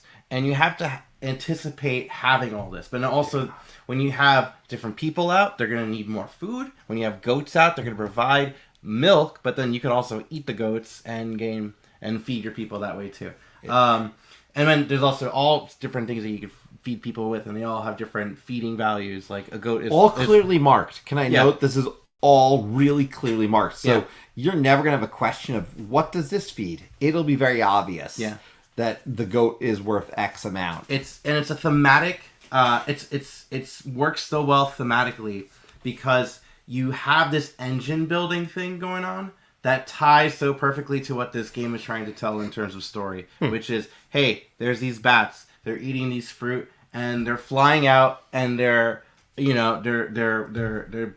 their droppings down, and that droppings have seeds that build more trees, and then it also adds on to, there's like a whole thing with gold and the train families. Because you see those like brown marks? That's actually not guano. What that is. I was gonna say. But it looked, that's what I thought it was. Poop stains. But what it is actually pollution. Because what's going on is the untrained families that are out there, when they go out to get gold, they're just getting it using like these like toxic materials, and they're causing harm to their lands, which blocks spaces you could put stuff in.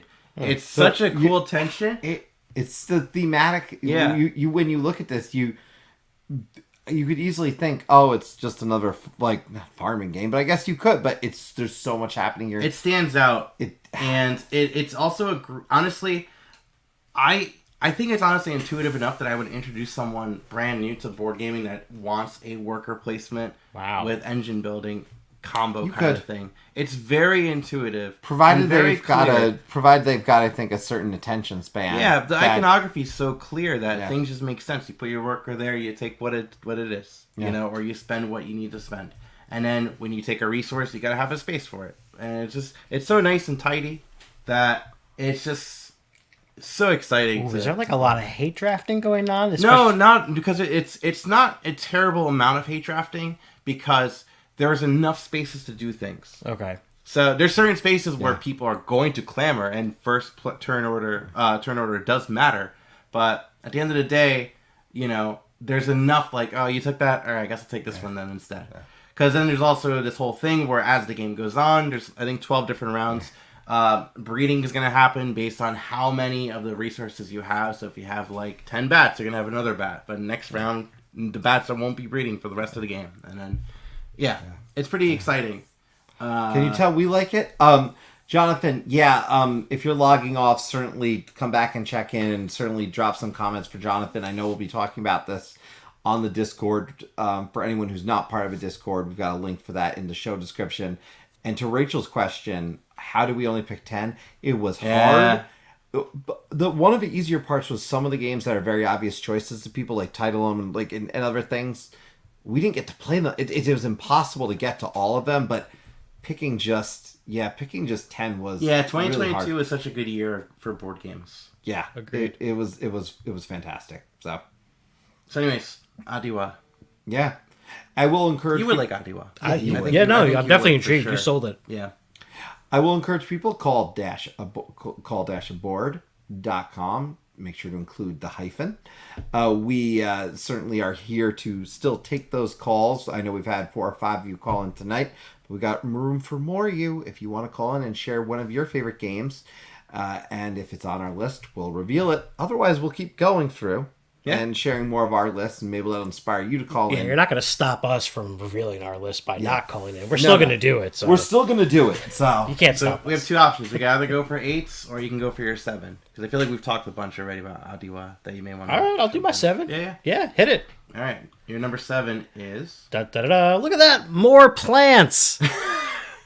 Planted. Ah, man, this game is so good. This game came into my collection not really planned. My wife and I and the kids went on a short vacation to the Poconos, and we realized on the drive up that we forgot to pack any games. We were like, oh my god, this is awful. We always pack games like everywhere. Can I be part of your family? Yes. That sounds great. Yes, you can. Go ahead. And so what did we do? Well, we went to Target to buy games. This was like, it was like 2 days. We would have been fine, but like we wanted to play games. So we went to Target, we bought this, and oh man, I'm gonna forget what other 2 games that we bought, but this one, as soon as I opened the box, I was like, whoa, these components are really good for like, it's like $20. It was, I think it was a pricing error too, because it first went on for 20. Yeah, and that's then it was right. 30. It was 30, that was Target's mistake, I think. Yeah. But yeah, no, similar to Verdant, you're taking care of houseplants here. You're going to be getting some different cards that are going to let you, fertilize the plants more than usual. There's also a little bit of a set collection thing going on. If you have a certain amount of, like shelf plants versus floor plants versus hanging plants, things like that. And you've got your own little personal board to store all your stuff on. And then every turn, if you have the resource, resources available, you're going to go ahead and feed as many of the plants that you have as you can. And, some of them are not going to get fed. But the more you do, you'll see on the cards, the more of those point value spots that you're going to be able to fill in. So you really want to try to get the most out of each plant if possible, because this game is actually pretty short. You don't have a lot. Maybe there's 5 rounds. It goes quick. It goes really quick, and you're not going to be able to feed everything, unfortunately. But man, what a beautiful looking game. Again, the components are... I love the components because they're all different, right? Like, they're not all exactly the same style. Like, you've got the translucent, like, sun tokens, but then you've got the wooden graphic, just leaf on there, along with the plant fertilizer as This well. has green thumbs, too. This has green thumbs as well. Yeah, it does. So that's a common theme. This is the game that made me realize that if Phil Walker Harding's name is on it, I need to play it. Yeah. Yep. And that's crazy because he has so many games. But this is when you took a topic of, and I bought this because it was on the shelf at Target. I said my wife is gonna like this. I have She to said buy it's one this. of her favorite games. Yeah. No, she really favorite plant games. Actually, I think this was the reason I think it was almost unfair to Verdant because we played this and I think we liked this a little bit more than Verdant. Sure. And then we just kept playing this. Yeah. So that might be part of a reason why I didn't get into Verdant as much. But yeah, this one was on the shelf, picked it up, played it. The plants are all different. Yep. Like I just realized, man, this guy can do no wrong. Yeah. And so I will just say, great game thematically. I could care less about setting up plants in my house, but when you talk about, I suck at that. yeah, I keep them alive, whatever, But like in this one, It's harder to keep houseplants alive than it is to keep like outdoor garden plants alive, for sure. but no, this is a gem. Yeah. This is a gem. And even at the full $30 rate, I was gonna say, Danielle, no, these are not upgraded components. that's this just is what all what you Oh, get. right, yeah. And even at $30, I think this is a really good value. And Rachel called it. yeah, she had called it earlier. Yeah, I don't know if it's I'm easy to read. Did you end up getting it, Rachel? I don't know if it made it down to you. Is And it hey, still- Chad's in the chat. He's saying best bargain game I've seen in a long time. Yeah. Is and this it's- still on the shelves on Target? I don't know. I don't think I saw it last time I was there, but that doesn't mean it's not somewhere. Right. We gotta find a way to get this and find like some like sparrow to carry it. Pass it down. Yeah, sparrow to fly it down to. You can get 2 of them together. Yeah. Plants. Well, on a line or something. Oh, look. Yeah. Oh, damn. I've seen it this week. Okay. Yeah, good. Yeah. Now, All right, very cool. very welcoming game. Definitely would teach us to new players, and I've said this before, but there's so many awesome games out there that if anyone has any interest in any topic, like ever, including houseplants, there's a game for that person, right? And that's great for the hobby because it's an easy way to invite people in. Like, hey, I know you like, whatever, history. Here, check out these awesome historical games. Oh, you like houseplants? Here's these games. Oh, you really like trains, huh? Well, here's my buddy Ryan. He'll tell you all about that. I will. Choo choo. But yeah, I can't get enough of nature-themed games in general. So this was a no-brainer. Yeah. All right, I'm going to take this then. Hit it. Because this ties in. You're talking about heavy thematic, right? And I'm going to say that this is probably, on a thematic standpoint, one of the most important board games I've ever played, period. Okay. It's a solo-only game that was recently put out by Hollandspiel last year. And that was called Heading Forward. Okay, sorry to derail it, but here it is. Heading Forward. So in Heading Forward, which is designed by John Dubois, in this game, you have suffered a traumatic brain injury. And the purpose of this game is to recover enough that your insurance will keep paying for your progress. Which is like, what? Like in a board game, what? Like, as soon as I saw like what this description was, holy moly, I needed to play this game.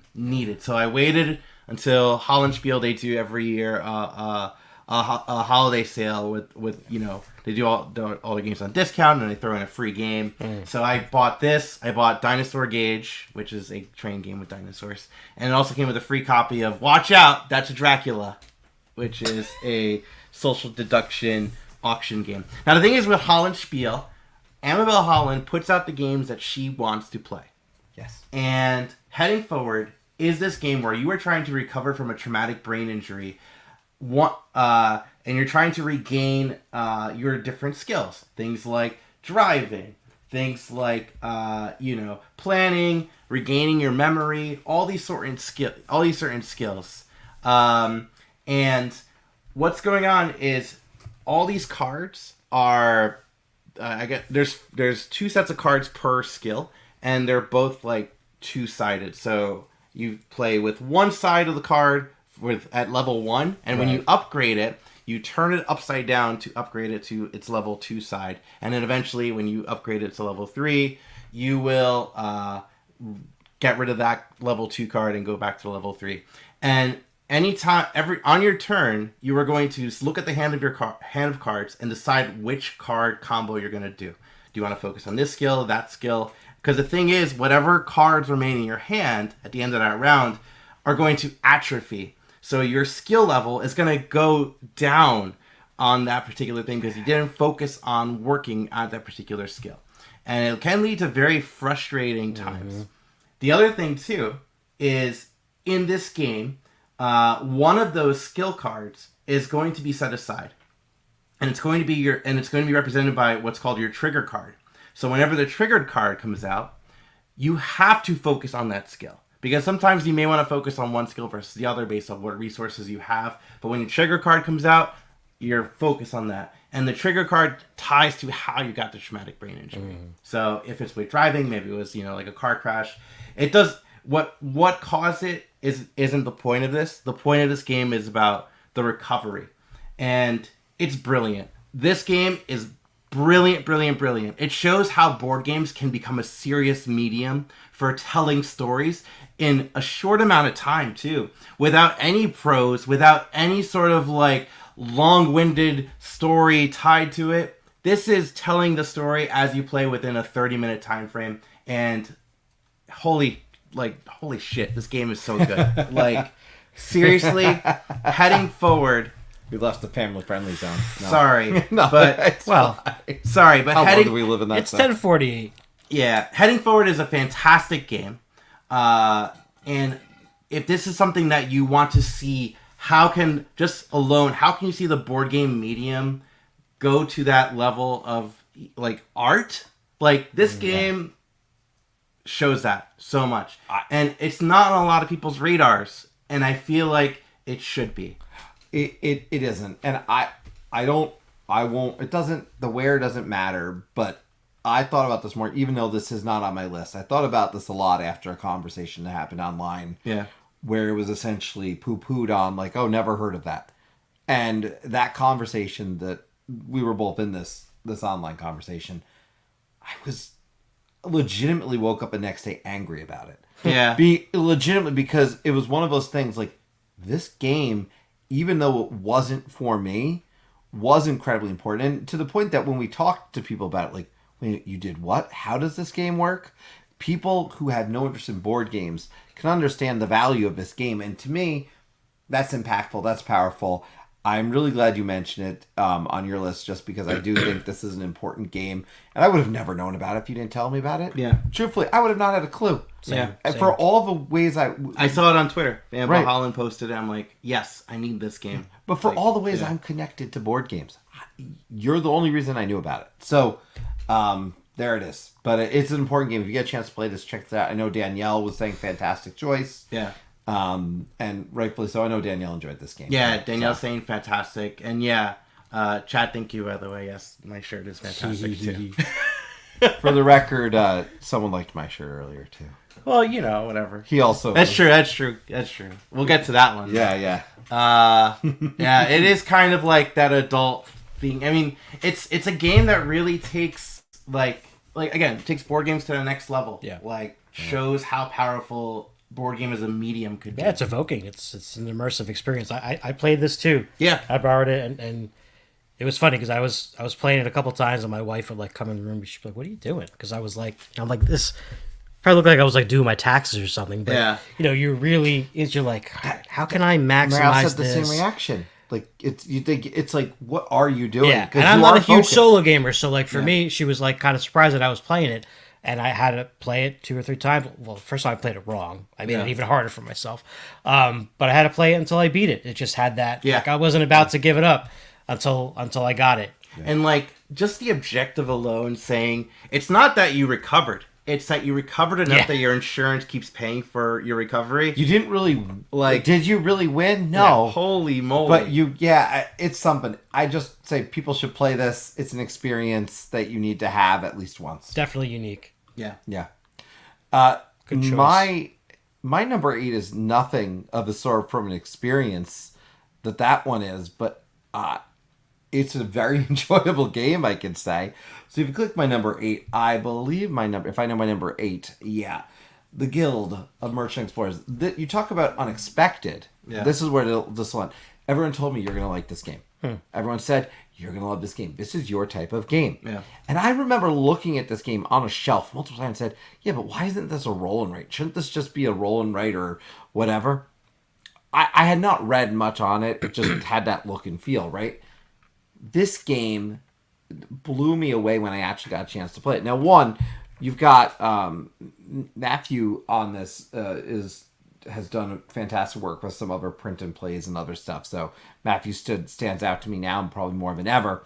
But this is a game where we are essentially these merchant explorers going out, building these trading routes. And when the rounds come to an end, what ends up happening is these cubes end up coming off our board. So we're playing these, as we're playing our turns, trying to connect cities and connect to locations and get to certain spaces on the board. We need to actually set up essentially these ports and cities that we can actually go back to and begin our routes from. Yeah. And that's why the cubes are coming off. And so thematically, this idea of the cubes coming off the board, and being like, oh man, I didn't quite get this. And now I really can only start from here and here. Right. And levels of frustration that come from it. This is a game that has very simple actions, but you get more and more options as the game goes on. And that's the other nice thing about this. The game evolves every single game. Each map has its own different cards as well to kind of give you different actions you're going to be able to take. Yeah. And goals you're going to want, I should say more so around the goals that you're going to want to accomplish in that particular case. So every map is going to play differently. And so for me, this game, it kind of surprised me in the fact that I didn't think this was what it was. Yeah. And it ended up being something so much better. Now, I played this solo more than anything. And then we did, it is definitely a game that falls into a tiny towns kind of world of you could play this with others, but you're not going to have a ton of interaction. Okay. So if you like interaction, this game is not really all about that. Sure. But if you are good with something that just makes you think, and really, you could get a little AP with this, I think it's fair to say. But I just really enjoyed this solo experience because there's a bunch of different maps, and they have expansion maps that they also came out with that I believe are available on AEG's website. Really simple overall scoring. It's pretty straightforward. The biggest thing is building out and getting your paths and setting up these cities by which you can actually continue to grow from. This sounds like a combination of Trails of Tucana and Blue Lagoon, if you've ever played that game. It's over there on the Unplayed show. Oh, yeah. Oh, on the Unplayed show. That's that side of the room, right. Gotcha. Yeah, but the map reminds you of Trails of Tucana, where it's these little hex maps, and you are trying to connect ports, basically, to different spots in the middle of the board. And then Blue Lagoon has this thing where you do set up these kind of routes across these islands in like a first round, and then you do you're going to like Blue Lagoon. It's an area majority thing. Yeah. So in that second round, you now have these other bases to kind of start your routes from. Yeah, right. So it's interesting. Yeah, I've heard a lot of good things about this game. Well, you're really just trying to make sure you get to the cities, because the cubes are going to come off. Yeah. From all the other spots. But to Rachel's point, she sees people review this as boring color scheme or beige, but yeah, I'm with you, Rachel. And it looks like parchment. Yeah, it does look like parchment paper. I think it looks exactly like it should look. Yeah. The look and feel of this grabbed my attention. And you're just trying to score all these different bonuses because you want to get across the seas to land. You want to establish new cities. Yeah. You want to explore for treasure. You're doing all these different actions just like you would in so many other games, but the concept of taking the cubes off. Yeah, I like that. It was so much did fun. like that when I played and it. so I do like this. I solo this more than anything. There's 4 maps that come with it to start. Yeah. All these different goals that Yeah. you could have to try to accomplish. I really dig it. And I need those expansion maps, quite frankly, from AEG. And Joe's saying that he also really likes Matthew Dunstan games. Is one I hope to try one day. Because he did Voyages. It's not the Voyages guy? Yeah, these are the Dunstan, same right? folks Yeah. who are doing Voyages, Aquamarine. Aquamarine, yeah. Which are both not on my list, but it's more so because this is on the list, which to me, the production value of this version that actually was printed is just solid. Yeah. And yes, I know they're just cubes on a map, but it's a good game. No, I did enjoy my play of it. And I do want to play it again. Because, I'm very much the stickler on the roll and rights. I know, but you enjoyed this. But you're right. That whole cube mechanic where it's kind of like the yo-yo spreading out and then just coming back in. It would be a pain in the butt on to erase, Good night, Jonathan. Good night, Jonathan. Thank you so much. I saw Squirrel join the chat too. Oh, yeah. See? There's a squirrel in the chat. Hey, Squirrel. Does he have an emoji yet? He does right there. Yeah, there it is. It's close enough. I know it's a chipmunk, but it's okay. Yeah. It's close enough. Do you want to wrap back around here? Yeah, we can. I do want to just let people know if they do want to call in, you can. Just go call-aboard. Let us know your favorite. Call-aboard.com. You can call in to let us know your favorite game of 2022. If it's on our list, we'll reveal it. Otherwise, we can go, Or expansion. Or expansion. Right? We can go to BGG and find it over there too. Yep. Well, look, the reason that we can jump right to mine is because I don't think it will be on your list, but I don't believe it's on your list, but we played this one together and I really enjoyed it, and that is my number 7, which I believe should be, if I'm not mistaken, it is Beer and Bread. It is Beer and Bread. Beer and Bread. I remember when I was at PAX Unplugged, I'm talking to the folks there. There was only so many copies of this left, and you're like to talk to them like, this is the kind of game I like, etc. You're like 2-player, I really like 2-player. I'm like this one, and I was saying how I like that. I always like the idea of a good beer themed game, right? Sure. Something, and this had beer in the title, so for what that's worth, beer's in the title works. That's enough. But this one is a 2-player specific game where we are 2 villages facing off in this like beer and breaking of this like brewing beer, baking bread, and we are competing in this like it's a celebration. Like, it's not vicious, right? Yeah. It's not vicious at all. In fact, we've got a resource, and you can see that in the middle photo actually, where we've got resources on a board. Nah, I can't zoom into Yeah. We got resources on a board, but if I ever go over my resources, I have to offer them to my opponent first. Yeah. Okay. And so there's a give and take. And then on that right side, you can see the fields have all these different great resources that we're going to be able to get from in the game. But the problem is, depending which season is, and it's going to split. It's going to kind of go from one to another, one to 6 another. on the light on the green and 4 on the red. Yeah, so you're going to have less resources in certain seasons. But you're also upgrading. So as you're getting cards and playing your cards in the game, you're ever playing them to get the resources. If they're on the board, by the way, if they're on the board, if they're not on the board, kind of tough. Yeah, you're out of luck. But you could also play them and tuck them under your board for bonus capabilities. Yeah, more storage. This game plays so smooth. I love this immediately. The multi-use cards.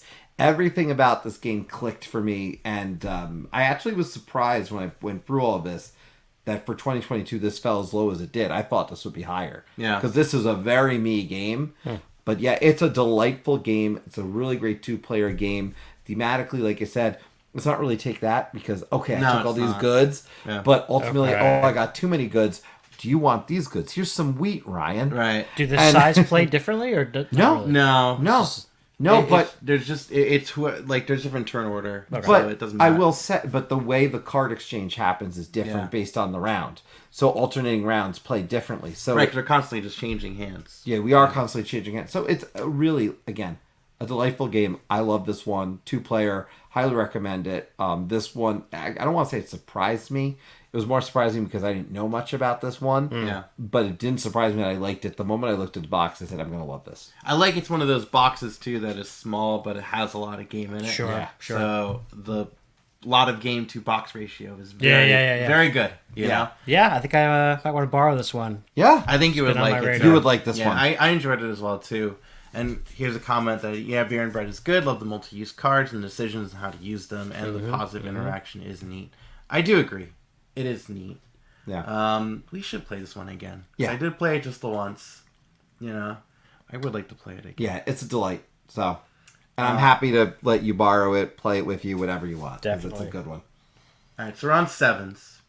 I need to remember what my 7 is. While I remember what my 7 is, though, we do have a caller that did just call in. He shook his head, so he knows I'm talking about him. So we'll bring him in 3, and 2, and 1. Hey, Squirrel. What's up? Hey. Hey, gents, how you doing? I'm doing great. How are you this evening? I'm doing well. I just picked up The Last of Us Part 1 for the computer, and I'm working on that. I've never actually played it through, so I'm excited to see what ends up going with that. Oh, it's a great game. Yeah, I heard. Oh, later, Danielle. Have a good night. Oh, night, Danielle. All right.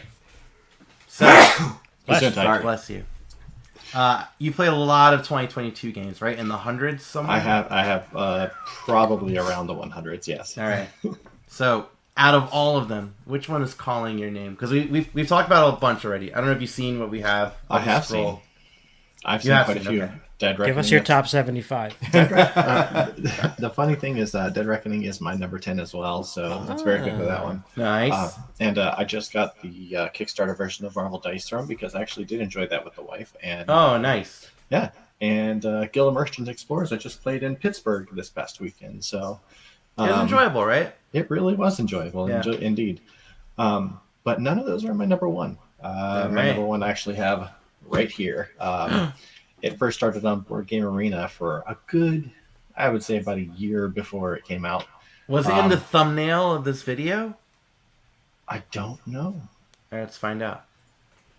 So my number one is Carnegie. It was in the thumbnail of this video, Yeah, so but not in any of our lists. Carnegie, when I first started playing Carnegie on Board Game Arena, I was like, this is a pretty good game. And then there was an implementation on Tabletop Simulator, which I think we tried to play, but we didn't do so well on that, if I'm not mistaken. But yeah, the Board Game Arena version was good. And this was before they made all the changes. The changes were really, really good for this game. And after playing it for a while and getting back into it on Board Game Arena and backing it, I definitely had to get it. And so this is it right here. There's a lot of things you do in Carnegie. It's too much stuff. If you like Puerto Rico, you'll understand like one of the major mechanics of the game, Right. which is somebody picks something and everyone else tries to do it as well if they can.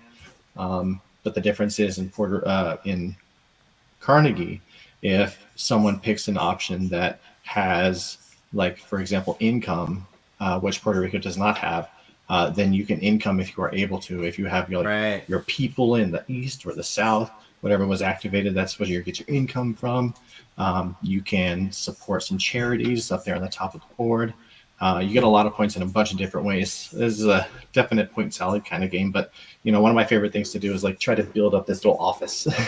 Yeah, but I feel like what's different about this and other point salads is it's not an arbitrary point salad. It's not I just did this and I get points. It's like I went out of my way to go do this to get those points. I understand why I'm getting those points. It's not like, oh, here's a cookie. That makes it sound more interesting immediately, because that's one of my issues with point salad, when it's like, oh, I get points because I did, and it's like people getting unexpected points all over the place. It's intentional sounds much better. It's definitely not a point salad in the way that other people think of point salads. It's like, oh, it makes the people who think they're doing bad feel good about themselves or anything along those lines. No, it's not that kind of a thing. It's definitely like Espen said. It's one of those where whatever you're doing, it's like you're doing it for an intended purpose. Point side salad. Point side salad. Point side salad. There we go. That's like the left. That's the crux. But It's the dressing. I do think this one's actually really cool to see talked about too, because it is one of those games where it was on Board Game Arena for some time, and it was I think the first board game arena game that was also a Kickstarter campaign going on at the same time. It might be. I'm not really sure, but I think it might be. Yeah. And I know the feedback from that went towards these changes because there were certain strategies that were, can be exploited, and that was fixed. And it translated so well, and the production of it is gorgeous. I have my copy as well too. Because we went on a group order together for it, did we not? I think we did. We did, and I think I picked up both of ours at the same time. Yes. Yeah. So when did this deliver? Technically, last year. So this delivered like end of last year, then? No, it was more like September. Okay, yeah, so somewhere in in there, fall. like the early Okay. fall, end of. Yeah, I wasn't sure what the timeline was. No, this one sounds interesting. This one didn't hit me as much as some of the other Kickstarters. I think Distilled, which I know just arrived for many people, a 2023 game technically, I guess. Yep. And those ones grabbed me a little bit more over the course of that period of time. But this one sounds interesting the way you guys have talked about it. So No, it's great. I'm excited to actually play this It's one. got trains. It does. See that? It does. So does that dinosaur one you got. And Dinosaur that has Gauge has and trains, that has too. dinosaurs. That's right. So that's It does you have know. trains. But yeah, that is my number one of the year 2022, gents. And definitely looking forward to hearing about yours. I do like to see Atiwa up there. Yeah, I really loved it. And I wasn't. I knew I would like it, but I don't know if I would like love it. I love it. I think it's fantastic.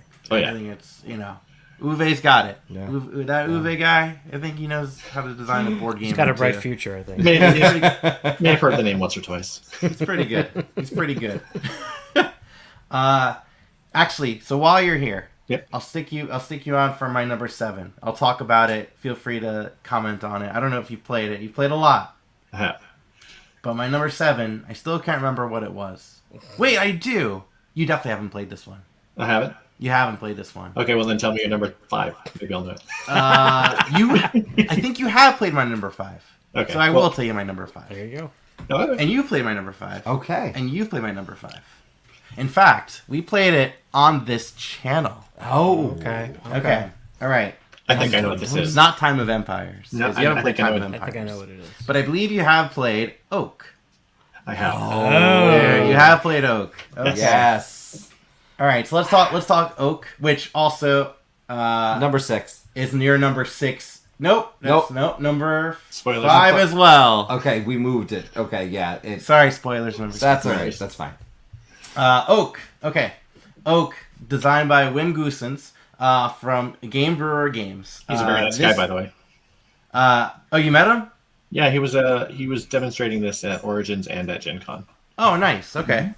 So, when I first saw this game, I was not like, all right, whatever, right? It just, it looked kind of whatever. And I heard So Very Wrong About Games talk about like a review on it, and it sounded like my kind of game.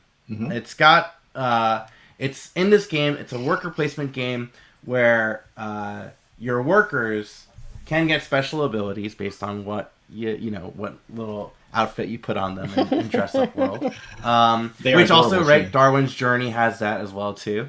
Yeah, kind of, yeah. Mm-hmm. Right? They have that mechanic where workers have something special to them, right? Basically, yes, you take a worker and you can improve that worker. Right. But yes. So yeah. And by the way, Oak is on sale this week, I believe, on Miniature Market. Oh, yes. Yeah. So go get it, because we actually played the retail version. So the pictures I have right here are just the retail version. 'Cause I think like the Kickstarter Deluxe is just like inset boards and screen printed meeples. Yes, they did, and something else too. And the Quite a bit. inset board. The and retail was box. gorgeous. But the retail version was fine. But in this game, you are playing these sets of cards from your hands that tie to specific actions on the board, and depending on how many workers are there, you may need to spend additional workers to place your worker on the board. So I like that, where workers are used as money, kind of like in Kalis 1303, where you get to use. I like that aspect, but I also like that it is a track game where it's not all about the tracks, but it sort of is about the tracks, because the thing about this game is those cards you're either going to be using to play as an action or to go up on the track. And you want to be in a position where you're far enough up the track where you don't get boned, because it can happen and it's not fun. Yeah, at the start, multiple people can go up the same track, but there's a point in time where if only one at person the end can of the advance. track, that's it. Yeah. And this was fun because I enjoyed the fact that I'm pretty sure I gave you the victory with. Oh yeah, you king made by it. I definitely king made Sorry, you. Anthony. All right, I got boned. You got boned. I definitely king made you, but I enjoyed it. I enjoyed the upgrade. I didn't do the ultra upgrade that everyone else did, but I had so much fun with using the elk head. Yeah, the elk head, whatever it was. The ancient elder. This one stood out to me as just such a unique experience.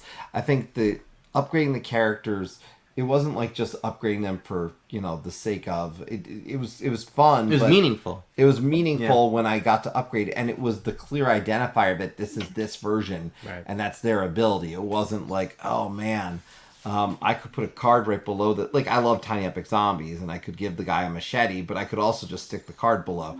In this one, like, this clearly identified an action, and in no way am I comparing those two games, but from the concept of putting something like on the meatball, that was an experience in this game that was meaningful, and to me that was newer because usually it was more of like a fun thing. In this case, this is critically important, and I now know this guy can go here. I'm going to make sure I use him here or here or here. Yep. And there's also that balance too, where you don't want to be too far ahead on the point track, because when you do, you have to pay more, right? Isn't that right for the solstice? So you want to be just at the right spot every time and kind of straddle that going in the game. And also, this is a game that handles worker placement well solo. The solo game in this is fantastic. The AI is very straightforward, but still very competitive. The scores can get very close. Well, I know nothing about the solo of this game. I know. I just wanted to bring that point. I was one. A lot of my plays, I would abuse the artifacts. Like, I even had I had the artifact that when you place the worker on there, it reset another artifact. Yeah. And I had the artifact that gave me like 4 points every time I put someone there. And it's fun seeing that combo. 4 points. Yeah. And then also too, there's the potions, right? Which every game that changes. So there's only 3 different potions. And also every player board has different asynchronous powers. Right. And that did help determine the way I played. Was my player board might have impacted me one way or another. So it was little subtle things. They did a great job with this game. Again, for me, it lands in my top 10 for that reason. And it doesn't overstay its welcome. No. It does all that and doesn't overstay its welcome. Like, it's earned it. It's not too short. It's not too long. It was a reasonable length of time, game-wise. I didn't feel overwhelmed by any means. It's a solid Euro. Yeah. Very solid. I think I have this one somewhere in my 20s to 30s. I think somewhere in there. Yeah. Which considering how many I played, that's really not bad either. And this one, I just love everything about it. So yeah. Oh, well, thank you for having me on, gentlemen, and I'm looking forward to the number ones because that's all that matters, right? Top 10 is important. No, we'll get there. We'll get there. Well, since mine was kind of spoiled, you may as well click my number 6. Yeah. Well, all right, Squirrel. I'll see you later. Yes. Right. Thank you, Squirrel. All right, bye. May as well throw my number 6 up there and let's knock this out. Your number 6 was Splendor Duel. Do we have any crossovers? Duel. Yes. Yes. Crossover with me so high up, all the way up. It's my number 1. It is number 1. It is. There it is. So let's talk. Anthony, let's talk about this one a little bit because Splendor is a game that, don't get me wrong, I enjoyed, but at some point I stopped playing Splendor. Sure. For me, I just wasn't getting played. I was maybe playing online, but my physical version of Splendor was just not getting played.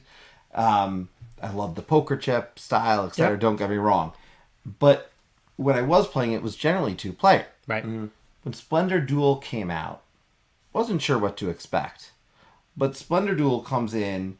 It offers some new twists, some new ways to play. These scrolls, as an example, that allow me to take one piece off the board, which is critically important because this board works in a different way. Yeah. To be able to just take one piece is very valuable. But also, it also creates a board where you've got the direction you're going to replace the chips on the board. And they're going to start from the middle, work their way around. Yeah. And so it completely changes the game in so many ways. But for me, it made Splendor a better game. And adding cards with more abilities in them. Bye, Dan. Thanks, Dan. Adding cards with abilities, powers, giving us privileges. It did all these little things. It was just enough for me to make this the Splendor I wanted in my house. Yeah, and for sure. I'm playing a lot of 2-player, so for me, this was it. And I still feel like, I can go pick up Splendor. Could always get Splendor. Maybe look at Marvel Splendor or something if I want to just add another Marvel IP to my collection. But this was a win for me. Yeah, I mean, regular Splendor's not going to leave my collection right now, but I won't play it 2-player anymore because of this, for sure. That just added a layer of intensity that's not there in the base game, which is, again, at 2 was fine. Like, this is the game that, like, I didn't think I would need. Yeah. Right? Came out, I was like, all right, another so-and-so, the duel of the 2-player version of something. But look, Seven Wonders Duel was fantastic. This was just really blew me away. It adds another level because you're not just trying to get X amount of these colored chips to buy this card. The whole way that you're choosing them and drafting them is totally different than the first game. Yeah. Right? Because you have these restrictions on where you can take and how many you can take.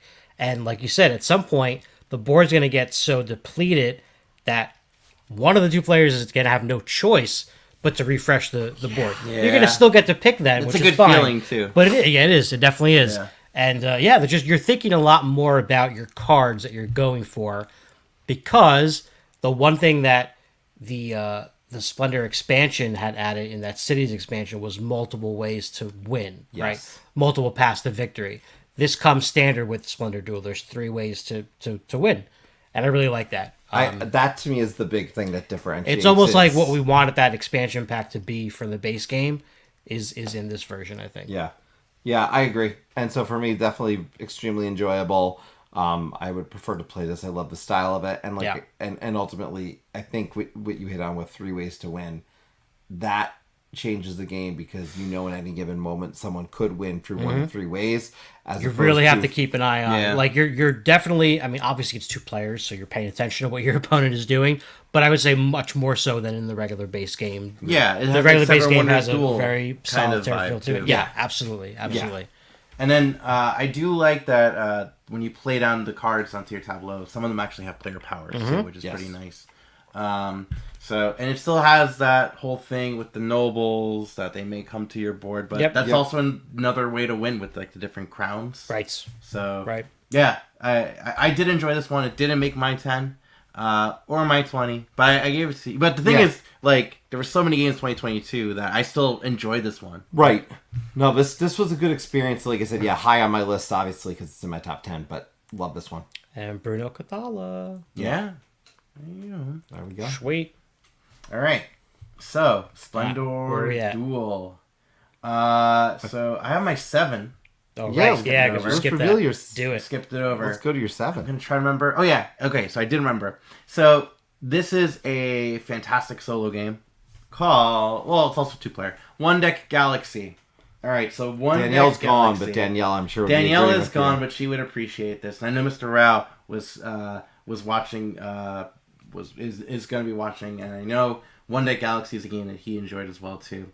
So in One Deck Galaxy, this is, I guess, like, this is a sequel to One Deck Dungeon. Right. But it looks very similar to One Deck Dungeon, but plays so differently, and in the best ways too. In this game, you are going to be exploring the galaxy, right? By rolling dice and then allocating those dice to different areas. Same thing as One Deck Dungeon.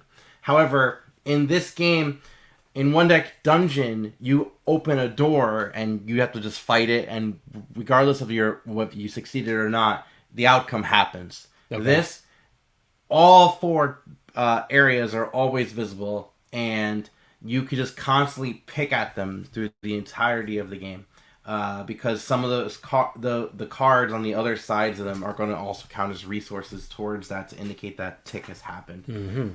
So the more cards that are out there, right, the less cards that are in the deck. And every time you cycle through the deck, the game gets harder, and you need to achieve different goals. And if you haven't, well, that's just you're just done for. You're bluey. There's so many different player powers too, which is interesting. So in one deck dungeon, you get like a different character that goes out into the dungeon, and you can upgrade them as you go along. This is the same way, but also on top of that, these have like player factions that tie towards them. So if you see on the bottom left, I have the Tim Tillowinks, and they're part of the Scientist Society. Top right, the Plumplin over here is part of the Mathematician Society. So they have different combos as to how they would play and what milestones you want to achieve. Because when you achieve milestones, that's always a good thing, because that's how you get towards better abilities, and that's how you stay alive through that threshold. You have to reach these milestones before you're taken out. And then while it's going on, you're fighting the bad guy, which in this case was the Hungry Nebula. But there's also a cool campaign mode on top of it too. So there's like a little chart, just like One Deck Dungeon has a campaign mode. But this gives you some benefits that go on and some additional abilities, like one-time sort of things. This is great. I really, really am loving this system. I love One Deck Dungeon. I love One Deck Galaxy. Maybe more. I don't know. I want to play it a few more times. That was going to be my question. That was my question. If I was taking a One Deck game right now, and I said I would like to try this series, which one am I getting? If you're going to try the series, One Deck Dungeon. Okay. Because it's a lot more approachable, a lot more straightforward. Okay. But One Deck Galaxy is like, you've done One Deck Dungeon enough. You want something a bit more. One Deck Galaxy for sure. It's the upgrade. Yeah, for sure. Not like the upgrade. It's just like, if you like this and want to continue down this road, but have something a bit beefier. And I'm not saying beefier in a bad way, like, oh, well, you have to have the beefier one. No, if you're fine with just One Deck Dungeon, you're fine with One Deck Dungeon. But if you want something that has a lot more just like min-maxing and kind of deciding how to do those dice going on, like One Deck Galaxy is the way to go. Got it. It does seem complicated, and the rulebook is not a good way to do it. But Danielle was in the chat. I believe she had a video on it. She does. So you can watch her video. And we on our Discord, we have the solo game chat that people can just comment on in solo games, and we're more than happy to help you out. And yeah, that's fine. If you want to stick with One Deck Dungeon, right? Like Brian's saying, he's fine with One Deck Dungeon. Stay with One Deck Dungeon. No problem at all. But, you know, if you want... See if you can find someone to borrow a One Deck Galaxy from. Try it out, you know? And the cool thing about One Deck Galaxy, and this is, I believe, the same model that One Deck Dungeon had, is that at the Asmati Games booth in 2019 at PAX Unplugged, I bought a prototype copy of One Deck Galaxy, which is like version 0.9 something, right? And then what goes on is you send feedback over to Chris Cheslick, and then he'll just make tweaks and stuff. So the campaign was like delayed for quite a bit, but it was all worth it for such a solid product. And since I bought the prototype copy, I got a discount on my actual purchase. So you get the game for free, or you can get like a $25 discount towards the deluxe edition. Nice. So I was like, yeah, I'll get the deluxe one. Very Why cool. not? But that's One Deck Galaxy from Asmati Games, designed by Chris Cheslick. Great game. I think we better go to Anthony's list at this point. Number 6. Oh, wow. Number 6. I'm just saying wow to the comment. No, We got spammer. Is this one of these? Yeah. Yep. Boom. Yeah, that would be a block user, everybody. All right. All right. My number 6 is a co-op called The Spill. That's appropriate. This has a gimmicky kind of cube or dice tower thing, but you know it really works. That's the oil rig in the middle of the ocean, and basically you're putting these black dice in there that represent oil spilling in the different quadrants of the sea. And like I said, it's this co-op. It plays 1 to 4, but no matter how many players there are, you're always going to be using 4 characters. So there's that. And, you know, very similar to lots of other co-ops, they each have a special ability that'll let them do some things that other players can't do. But yeah, this has a lot of replayability for a couple of reasons. One, there's the different character styles and powers that you can kind of experiment with. But at the beginning of the game, you're gonna basically reveal a card that has the 3 objectives you need to complete in order to win. And there's like 3 different levels of difficulty of those cards. But on top of that, you could also change the like intensity with which the oil comes out, right? So think of like the infection rate in like Pandemic, for example.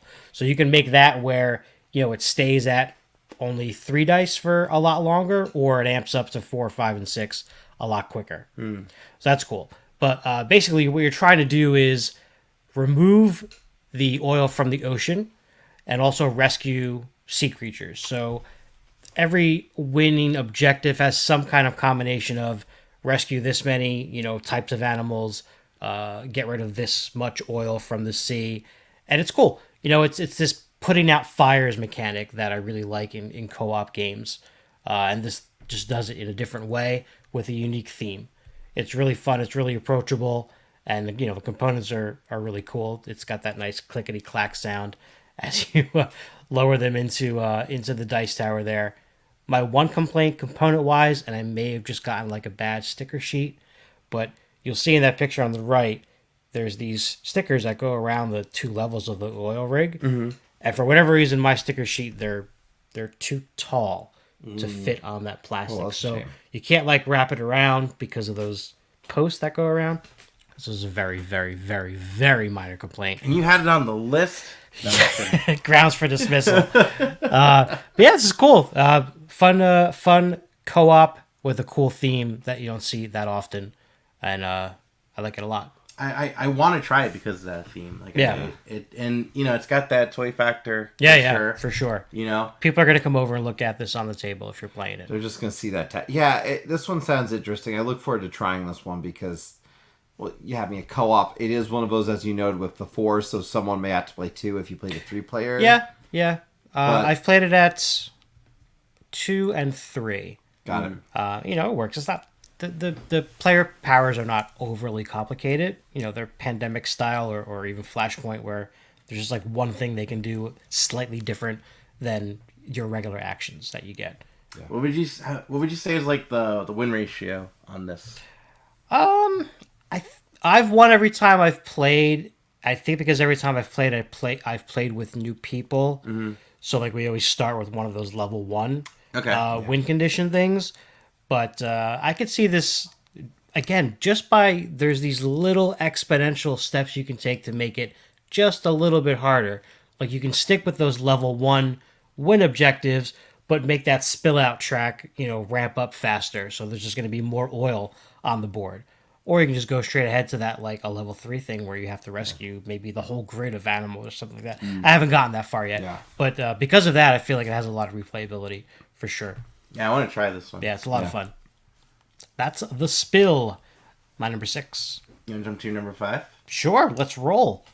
All right, what's your number 5? I don't know, you tell me. All right, it is... we've played this one. Yeah, we know this one. Yep, Tenpenny Parks.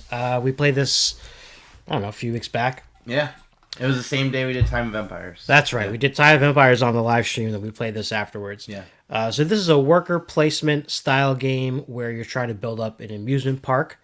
Yes, Vincent Dutrait artwork. It is phenomenal. Dutrait. Love it, love it, love it. It's got this, I don't want to call it campy. It's got this nostalgic feel to it where it's almost like you're looking at postcard art or like even like a sideshow. Yeah. Like big oversized posters with like the strongman or whatever. But looks like it's advertising these circus. rides. Yeah, exactly. It's got this cool little carousel that you're gonna spin to line up to these different spots, right? So there's a market manipulation to an extent of that, where some of these things are going to cost more or less money depending on where the carousel is facing. But yeah, on your turn, you're going to just put out one worker to either purchase one of these attractions and add it to your personal park, or you might go someplace like the contractor to buy some concession stands. You have to go to an arborist to clear trees out of the land before you can build on them. Boards. Yep. So it's gotta it's got this worker placement thing and then a polyomino thing where you're trying to populate your grid as efficiently as you can. But there's definitely constraints to it. Your rides can't be adjacent to each other because you have to allow for walking paths between attractions and rides. And it's really thematic in that sense. There's also these 3 little tracks towards the bottom of the board that you're going to advance on by building these attractions. And at the end of every round, you'll get kind of a bonus for being farthest ahead or even second farthest ahead, depending on the player count on that. I just really love this game. It's a great table presence, and I know you guys enjoyed it too. Not as much as me, but you definitely liked it. It was fun. I did enjoy it. I very much enjoyed thematically just how engrossing it was. Yeah. I enjoyed the worker placement component. I really loved how the carousel moves at each round, and then it changes value of certain cards, which to me was really cool.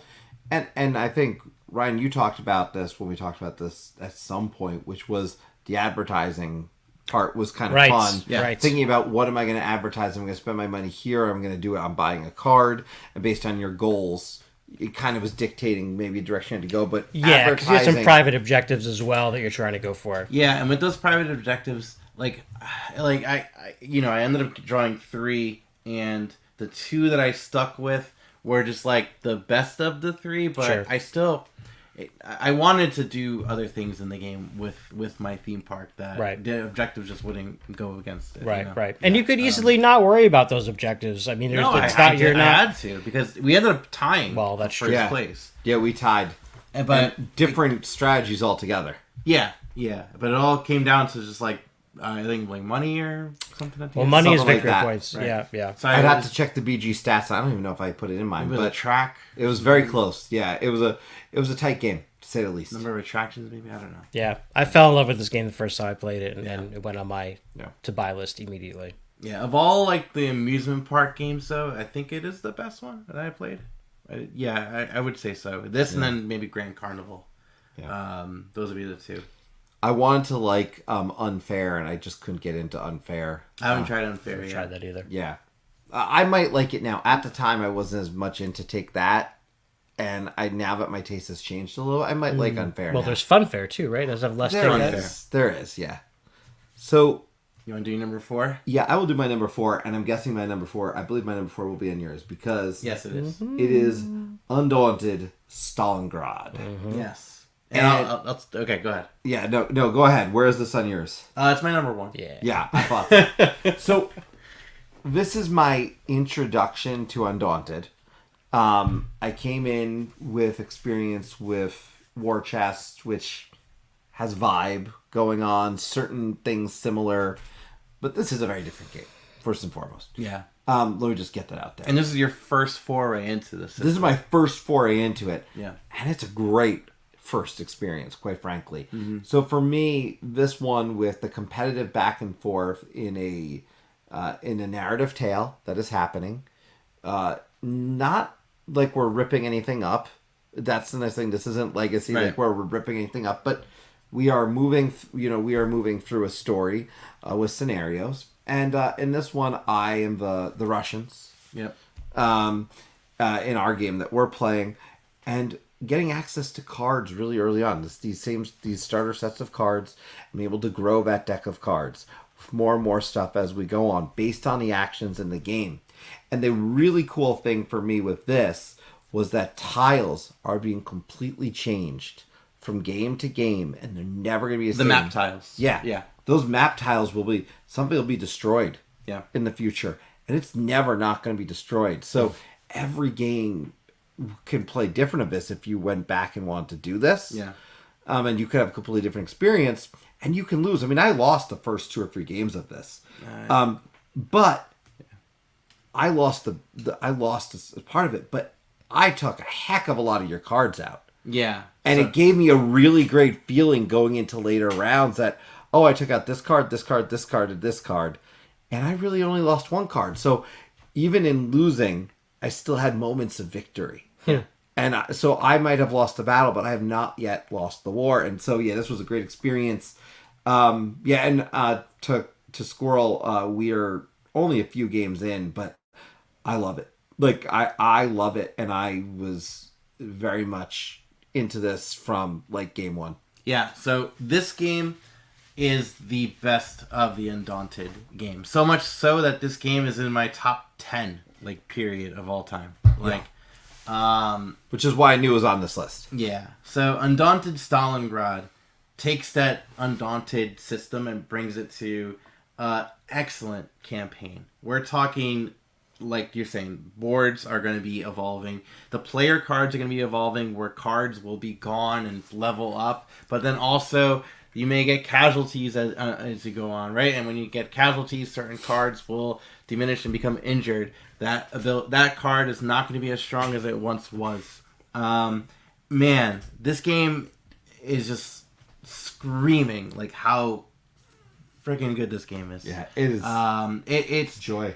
Undaunted Stalingrad does what I wanted the Undaunted Normandy campaign to do, where I wanted not only because Squirrel's talking about the Undaunted Normandy, and we did a campaign together because you can do a campaign in Undaunted Normandy, but it's very different with this because there's actually like cards that upgrade, cards that go away, different pivot points as to what battles to play, different rule sets that are be coming up, different all sorts of different things that are going to be happening throughout this constantly evolving game, and I love it for that reason. So the evolving nature of it, combined with the solid Undaunted system, and the fact that it's not a legacy game but a campaign game that is easily resettable. Yeah, it's just so good. Which is a thematic thing with these designers. It doesn't surprise me. Yeah, and Squirrel saying it too, that his favorite part of the game is that there are some scenarios that put one player into a boastful position, and a few games later in the campaign it flips that. Such unique matches, battles, and it shows. It absolutely shows. Well, we had one, sorry, I won't reveal it, but we had one where I was like, oh man, I am in a great position on this. Then I realized about halfway through, wait a minute, this doesn't set me up ideally. Yeah. This sets me out really, I'm like pretty much screwed from the start of this one. Yeah. But I also killed like 5 of your cards or 4 of your cards in the same game, which means going into later rounds, I felt, all right, wait a minute. So it's neat. It's the only thing is with this game, as terms of which Undaunted to get, so price is a real thing. This game is in the hundreds. And you could, I think I got mine on discount for like 80 something. And that's that's like an online retail store. So if this is a system that you want to try out, definitely try some of the, like the Undaunted Normandy system's great, Undaunted North Africa, try out. And then if you really like it and want to take it a step further, do Undaunted Stalingrad. But I guess if money's no object, right, do Undaunted Stalingrad. Yeah. Because that's the best one. Yeah. Easily. All right. Awesome. Cool. Sweet. I guess we jump over to number Anthony's, because he got number 4. What do we got? 4 is 3. How about that? 3 sisters. 4 is 3? Oh, I see. 3 sisters. I was like, did I screw up the numbers? Nope. Oh, okay, cool. This is title number 2 in the loaded Roll and Write so far trilogy, but soon to be 4 set, right? We saw previews of that from Ben Pinchback and Matt Riddle. This one, you are gardening, essentially, theme that I tend to enjoy. The third one on this list. Third plant life. Yeah. But man, there's a whole lot going on in this game. You're going to be not only planting crops, but also trying to get some flower beds going. You're going to have a fruit orchard that you're trying to manage as well. And then there's all kinds of these gardening kind of upgrade things you can do in the shed, like get a crazy fertilizing machine or get casserole dishes. Like the possibilities are just so endless of this. I still have so much more of this game that I want to explore. And the fact that, we've talked about Fleet the Dice game a ton, obviously, but that's the level that this game also has potential to get to, right? Because I've played that one so much. I want to play this one more. And Motor City just came out. I want to play that more too. Yeah. But this one's great because there's a lot going on. It's thematic too for a little roll and write. There's a lot of theme going on here. The 3 sisters, first of all, was a term that I had never heard of until I learned about this game. And then as a gardening, enthusiast, I learned that it's a indigenous person's strategic way to garden, in that you have these squash or pumpkins along with green beans and corn, and they all have this sort of symbiotic relationship that works together in the garden, where one is producing nitrogen, I think, for the soil, and the pumpkin leaves are gigantic, so they're shading the soil, and the beans use the corn stalks to grow up and grass themselves too. And just learning that right off the bat was like, and there's a game about this, like I'm on board. And it's thematic, because you'll see, like, it's hard to tell because it's a pretty big sheet, but you can't even start growing the like bean plant until you've got up 2 levels on the corn thing, and that just makes sense. Rachel saying, I tried this method of planting, but it didn't work well. I you know what, Rachel, I tried it as well, and it didn't work so great either. The corn was definitely tough. Corn is tough. I learned quickly why cornfields are so gigantic, because out of one corn stalk you may only get 2 to 3 ears, and that's it. It's done. And it doesn't make anything else. So it came down to like knowing really when to harvest and pick. Definitely, I was over my head with the corn stuff, but I'll stick to the virtual. I have to say, I really enjoyed this one, and I've noted I love the dice game, the theme the best. Okay, I mechanically think between the 3, I may like this one the best. It's a perfect mix. Yeah. Of. It's not too complicated. Sure. I mean, if this would not be the first game I introduce someone for a roll and write. No, of course. But from a rolling perspective, I feel like it's just a perfect mix. I do not have enough plays of Motor City in to make a true comparison. Yeah, in my view. Same here. But between the 3, the Fleet the Dice game is my favorite theme. But this one, man, it just plays so smoothly. So they all have great combos. There's a lot of combos that happen in Fleet the Dice game that are very satisfying. But this one's got this. I don't know. It's just when something comes together, because there's like different actions you can take, obviously, but there's this part of the game where it's going to rain, and basically all your crops are going to get fertilized and grow a little bit. I love it. And if you can plan that out well, where they all kind of peak at the same time, and you're really getting the maximum amount of each of these little spots, it's just really, really satisfying. And a great solo mode. I'll just say that. Really great solo mode. Yep. That pesky crow, though. Yep. Oh, the crow goes against you in solo mode? The crow. Yeah. It's kind of like the Auditor in Motor City. Yeah. Similar. Yeah. Yeah. 3 Sisters. Good choice. Great roll and write. On my 10x10 challenge this year, I think we played it 1 time. So. Haven't tried it yet, but this is on the challenge, right? Of the top 20s? Yes. Right? It's on someone's top 20. No, I don't. Right? No, Fleet the Dice game. No, but we'll play it anyway, so don't worry. I'll play it. It's a good one. All right. That's my number 4, 3 Sisters. I guess we could go over to you there, Ryan. I will. I'm going to go to my number 3. Good choice. It is a good choice. My number 3 is a game that we played also on the channel, and I wasn't expecting to like it as much as I did, but I really loved it. I think this is what I thought you were going to say when you said Oak. Oh, really? It's just Wonderland's War. It's Wonderland's War. Yep. Yeah. And stop. Hold on. Stop. Go back. No. That's my number 2. Oh, you. Look at you guys. This was copying my homework over here. This was just off my honorable mention. This almost made my top 20. All right, so my number 3 and your number 2 is Wonderland's War. Yeah. Cool. So good. My number 11, I will say as well. All right. Well, yeah. Number 11. Now, Wonderland's War was a fantastic area control kind of game. Where in this game, it's 2 different phases where you're going around the rondel, going as far as you'd like, to take different cards that will help you place out your people out on the board, also give you special abilities. And while that's all going on, you're kind of going for this El Grande kind of area control thing where you have enough presence on there to get points, and you do want to spread out. Right. But at the end of the day, it also has that push your luck mechanic for the actual battling. So in this game, you're going to be battling with your figures out on the board from a chit bag, and you'll just keep drawing these chits, and you'll increase your value, and you may potentially bust depending on what you pull out, but you can stop at any time. And man, I busted so much in that game. So much. But I had a blast. This was really fun. My only complaint about the game, I feel like it does go a little bit too long for what it's in here. I think it still needs something to make it a bit shorter. Because it definitely, I mean... Well, it's 3 rounds, right? Yeah, but they're 3 really long rounds. I'm saying it could be 2.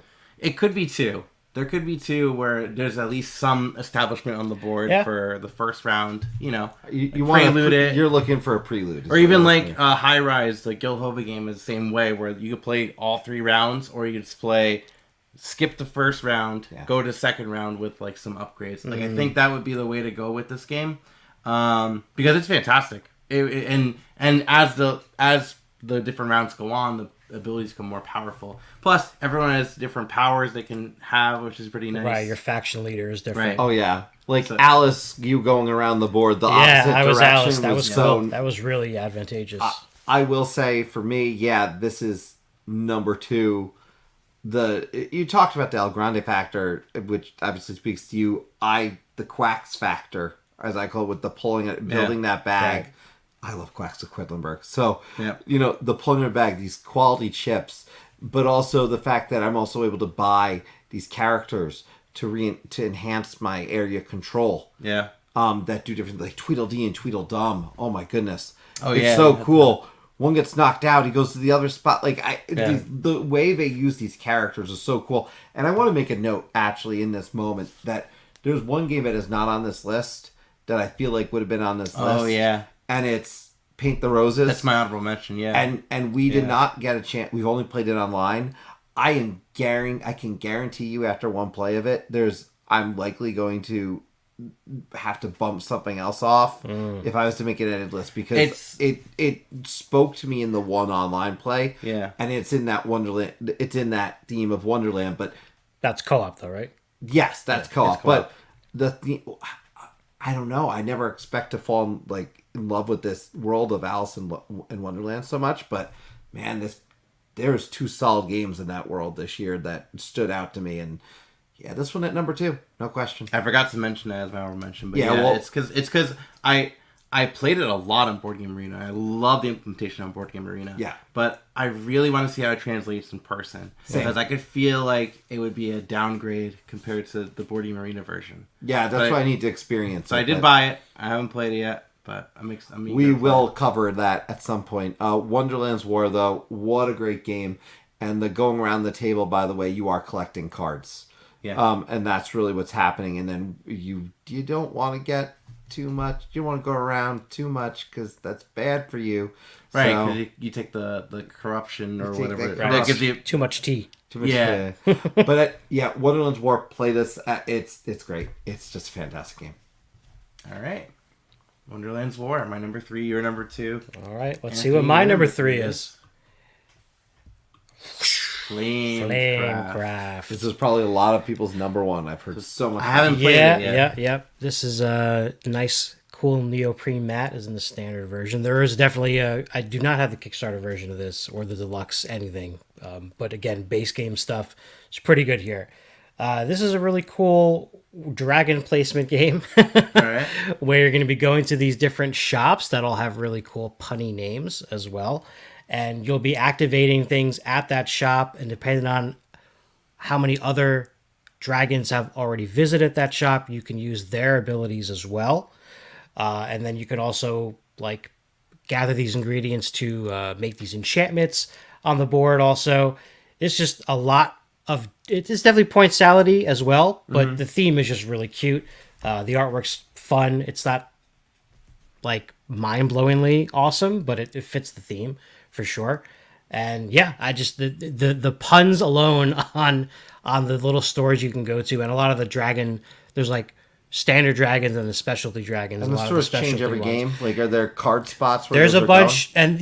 And then there's 3 spots at each shop to go, and when the last spot gets filled up at the end of that player's turn, I believe a new shop is revealed that opens up obviously 3 more things to go to, and so you're going to be expanding the shops to the left and right throughout the game. Cool.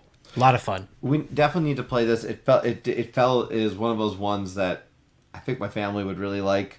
I'll likely enjoy it. I don't know if it fall in the top 10, but it also uses that longer board, which is a thing that we seem to be seeing a lot more now. Longer and narrower. So I'm wondering how that theme will continue into this year, but yeah, this got rave reviews from a lot of people. It's got love in the chat too. So there you go. Mrs. Squirrel enjoyed it. Mrs. Squirrel. Mrs. Squirrel. Good taste. Chewy Huey. Yeah, the Flamecraft. Yeah. Rachel saying that highly produced game with an actual decent game, and she loved it. Yeah, for sure. There's a lot to it. I haven't tried it yet. Oh, and this is one of the building's best critical roles.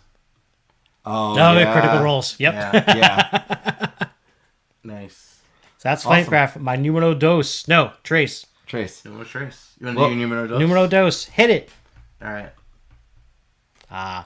This is Evergreen. Evergreen from the same designer as Photosynthesis. Yep. And this is a theme happening. A photosynthesis killer for me. Okay.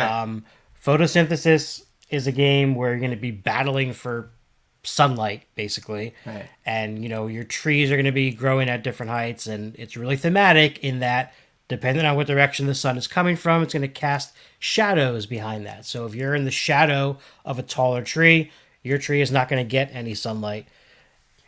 I think we have the same complaint about that game. Well, first of all, it's really mean. It's in that aspect. Not satisfying. And not satisfying. And there's a bit of a, if you get to that middle spot, it's hard to not win at that point. Yeah. Yeah. I think I told you. Maybe it was off camera, but it's one of the worst games I've played. Okay. Like I do not like photosynthesis. So it was one of the worst experiences of a board game. I get it. I had that even online. It's just like I played it online and I said I don't want to play this physically in person because the moment someone got to the middle, they knew how to play. But Evergreen changes it all.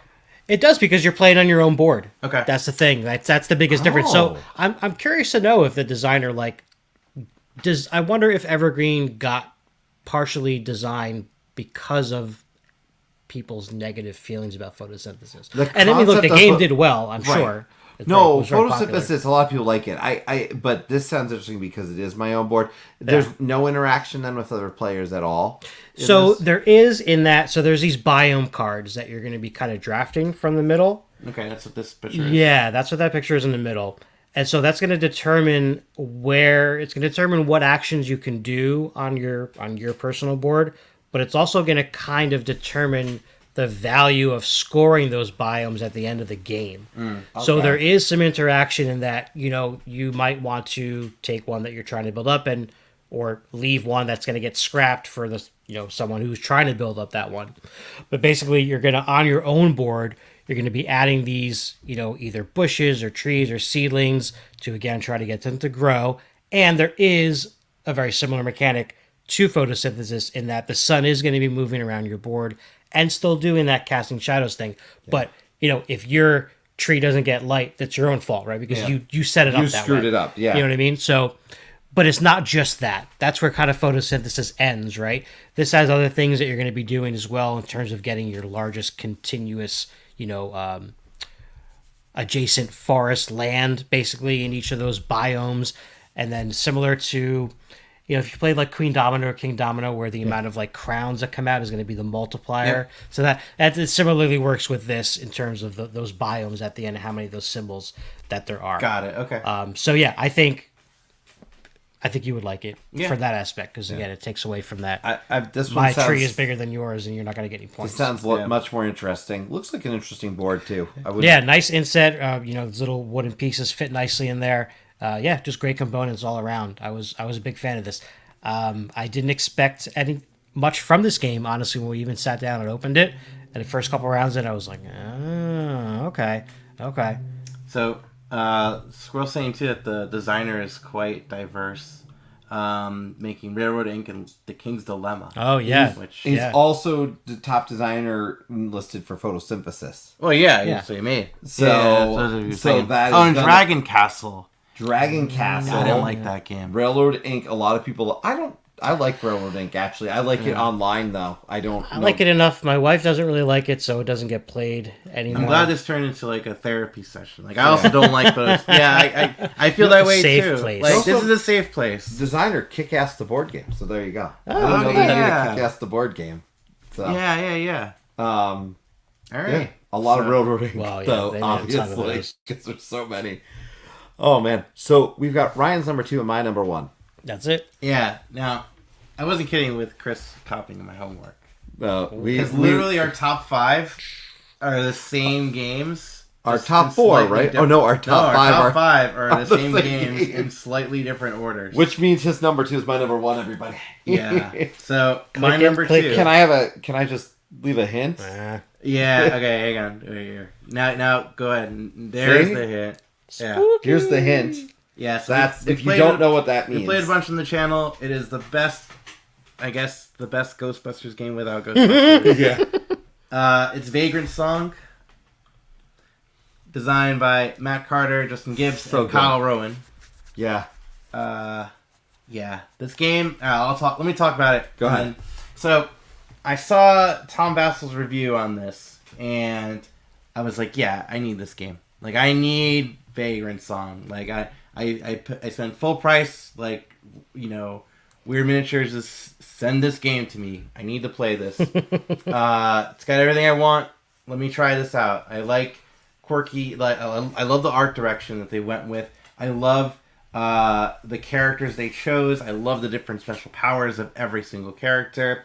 Most importantly, I mean, I like the aesthetic too, but most importantly, the scenario design was what really sticks this game out to me. Gloomhaven, I think, is a fantastic board game because of how excellent the scenario design is of that game combined with the mechanics. And this is just in that same wheelhouse as well, too. You have excellent scenario design combined with some very straightforward mechanics. Heavy dice rolling. A lot of dice rolling. You don't like dice rolling? And don't buy actual bone dice. I did. I know, but they They're don't evil. roll very well. They're demented, except for one player, John the Hand, who is not here, but he's still alive. I'm just saying he's not here. He's not real. No longer with us. Yeah, because in the game you have to roll them bones, so I bought actual bone dice. You can buy them on Amazon. I stopped Made of rolling real them. bones? Yeah, but they look perfect for this game. They don't roll well. They don't roll well. No. And unless you're John the Hand, and they work great. I do have the plushie for it. Yeah, there's a plushie for it. There's all sorts of expansion things for it. I love everything about this game. I was touting it for a while last year that this is my game of the year of 2022. And then towards the end of the year, I played Undaunted Stalingrad. But this is still my second favorite game of the year. Yeah. I love Vagrantsong. I want to keep playing Vagrantsong.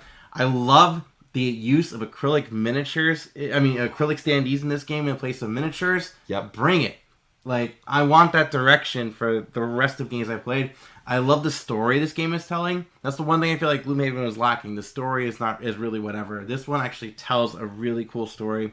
And again, just going back to that scenario design. I love it. But now you tell us why you love it. So you introduced me to this game, and I came in, and I had played Gloomhaven, and I said, no, I would like this, but I need more people, whatever. And I don't know, I never broke into it. And I wasn't sure how I even felt about this style of game, because it does fall into that same. I was worried about what you would think too. Yeah. So, but I played this with you, and as we're working in this game to try and accomplish, and you've got goals that you want to accomplish in each scenario, but you don't have to. Right. You have a core goal and these extra little things. And there's decisions of, do we go for the extra little thing? There's the character design. I use the character. This is the character I play as. Right. The runaway. I adore this character to the fact that I wanted the shirt because she's got a dog. Yeah. And the dog moves separately. And just the simple little things that they did with each of these characters. It's one of the few games. Normally, if you watch anything on this channel, you would know that we tend to not own the same thing, Ryan and I, because I say, I'll get this, you get that, whatever. I had to own this too. Yeah. And it is that good of an experience. I want to play this in a solo experience myself. Yeah. But I want to keep doing the other one. And yeah, there's more expansions and there's more other stuff coming. So this is exciting. This game itself, thematically too, just that board, it is a long train board, but Right. it's a train game. It is a train game technically. Yeah. And I think that the other thing that I like about it is the card usage. Yeah. Because you've got these cards that are starter cards that come into the game. You can get more cards based on the missions, but things you've accomplished. You can't necessarily use all of them because you have different spaces that the cards can go. You only have so many spaces, and they can only go. There's requirements about what's going to go where and what can go where. And you'll get punched a lot. But seriously, when you lose health, you have to take one of those cards that you set aside and you flip it over to its wounded side, and then you start back again at full health. But it's no longer you can't use that card anymore. Right. So now you've lost something. You limited actions, and you can't use the same action multiple times in a row. You need I guess my thing with this is if you've tried games like Gloomhaven and other ones, and you said this is fine, I enjoy it, whatever, but I wouldn't want to do a lot of this. This is the one that changed my mind. Yeah, this is the one that I wanted to keep playing. So if I was to give a pitch for this, that would be. I didn't want to play these type of games all the time. I was like, this is fine. I wouldn't want to do 50 different scenarios. In this case, I wanted to keep doing it. And I realized we haven't played this in ages, and we're very well overdue for it. And you've got this and Stalingrad and other stuff we're trying to do. But those are the two games, this and Stalingrad, that I want to keep doing. Yeah. And it made your top 20. And it made that is why it's number one. So this was kind of not a secret. It was the only one in my top 20. This one spoke to me, and so... Great design. The stories are fantastic. And I think that's what sucked me in. Yeah. Because quite frankly, I've talked about it before. Good story and good experience. This has both of them. Yeah. This creates that awesome experience and is backed by a solid story. That's a win. Vagrantsong. You haven't played it yet. I want to play. I know I made Eric's list. It did. Yeah. So. What's you waiting for? Everyone's around you playing it. Come on. All right. I guess it's only midnight right now. So it's only midnight. And look at this. Oh, Kyle is here. Kyle. That's cool. Yeah. Yeah. And let me tell you, that Kyle guy, it's pretty cool. Yeah. I will just say, one of the neat things with all of this is there was so many games, so to pick this was hard. Yeah. I mean, I was just talking about the fact, like, you think about spots. Yeah. You look at this list, you see spots on 3 of our choices. I mean, this little game came out of nowhere, right? For us. Yeah. And you think about how many great games came out. There's so much I couldn't play, but... And there's still, we still haven't. Like, we haven't done a Tiletum, or however you pronounce it. Tiletum? Tiletum. Yeah. Tiletum, whatever. Yeah. Woodcraft, haven't played yet. Was Batoku 2022?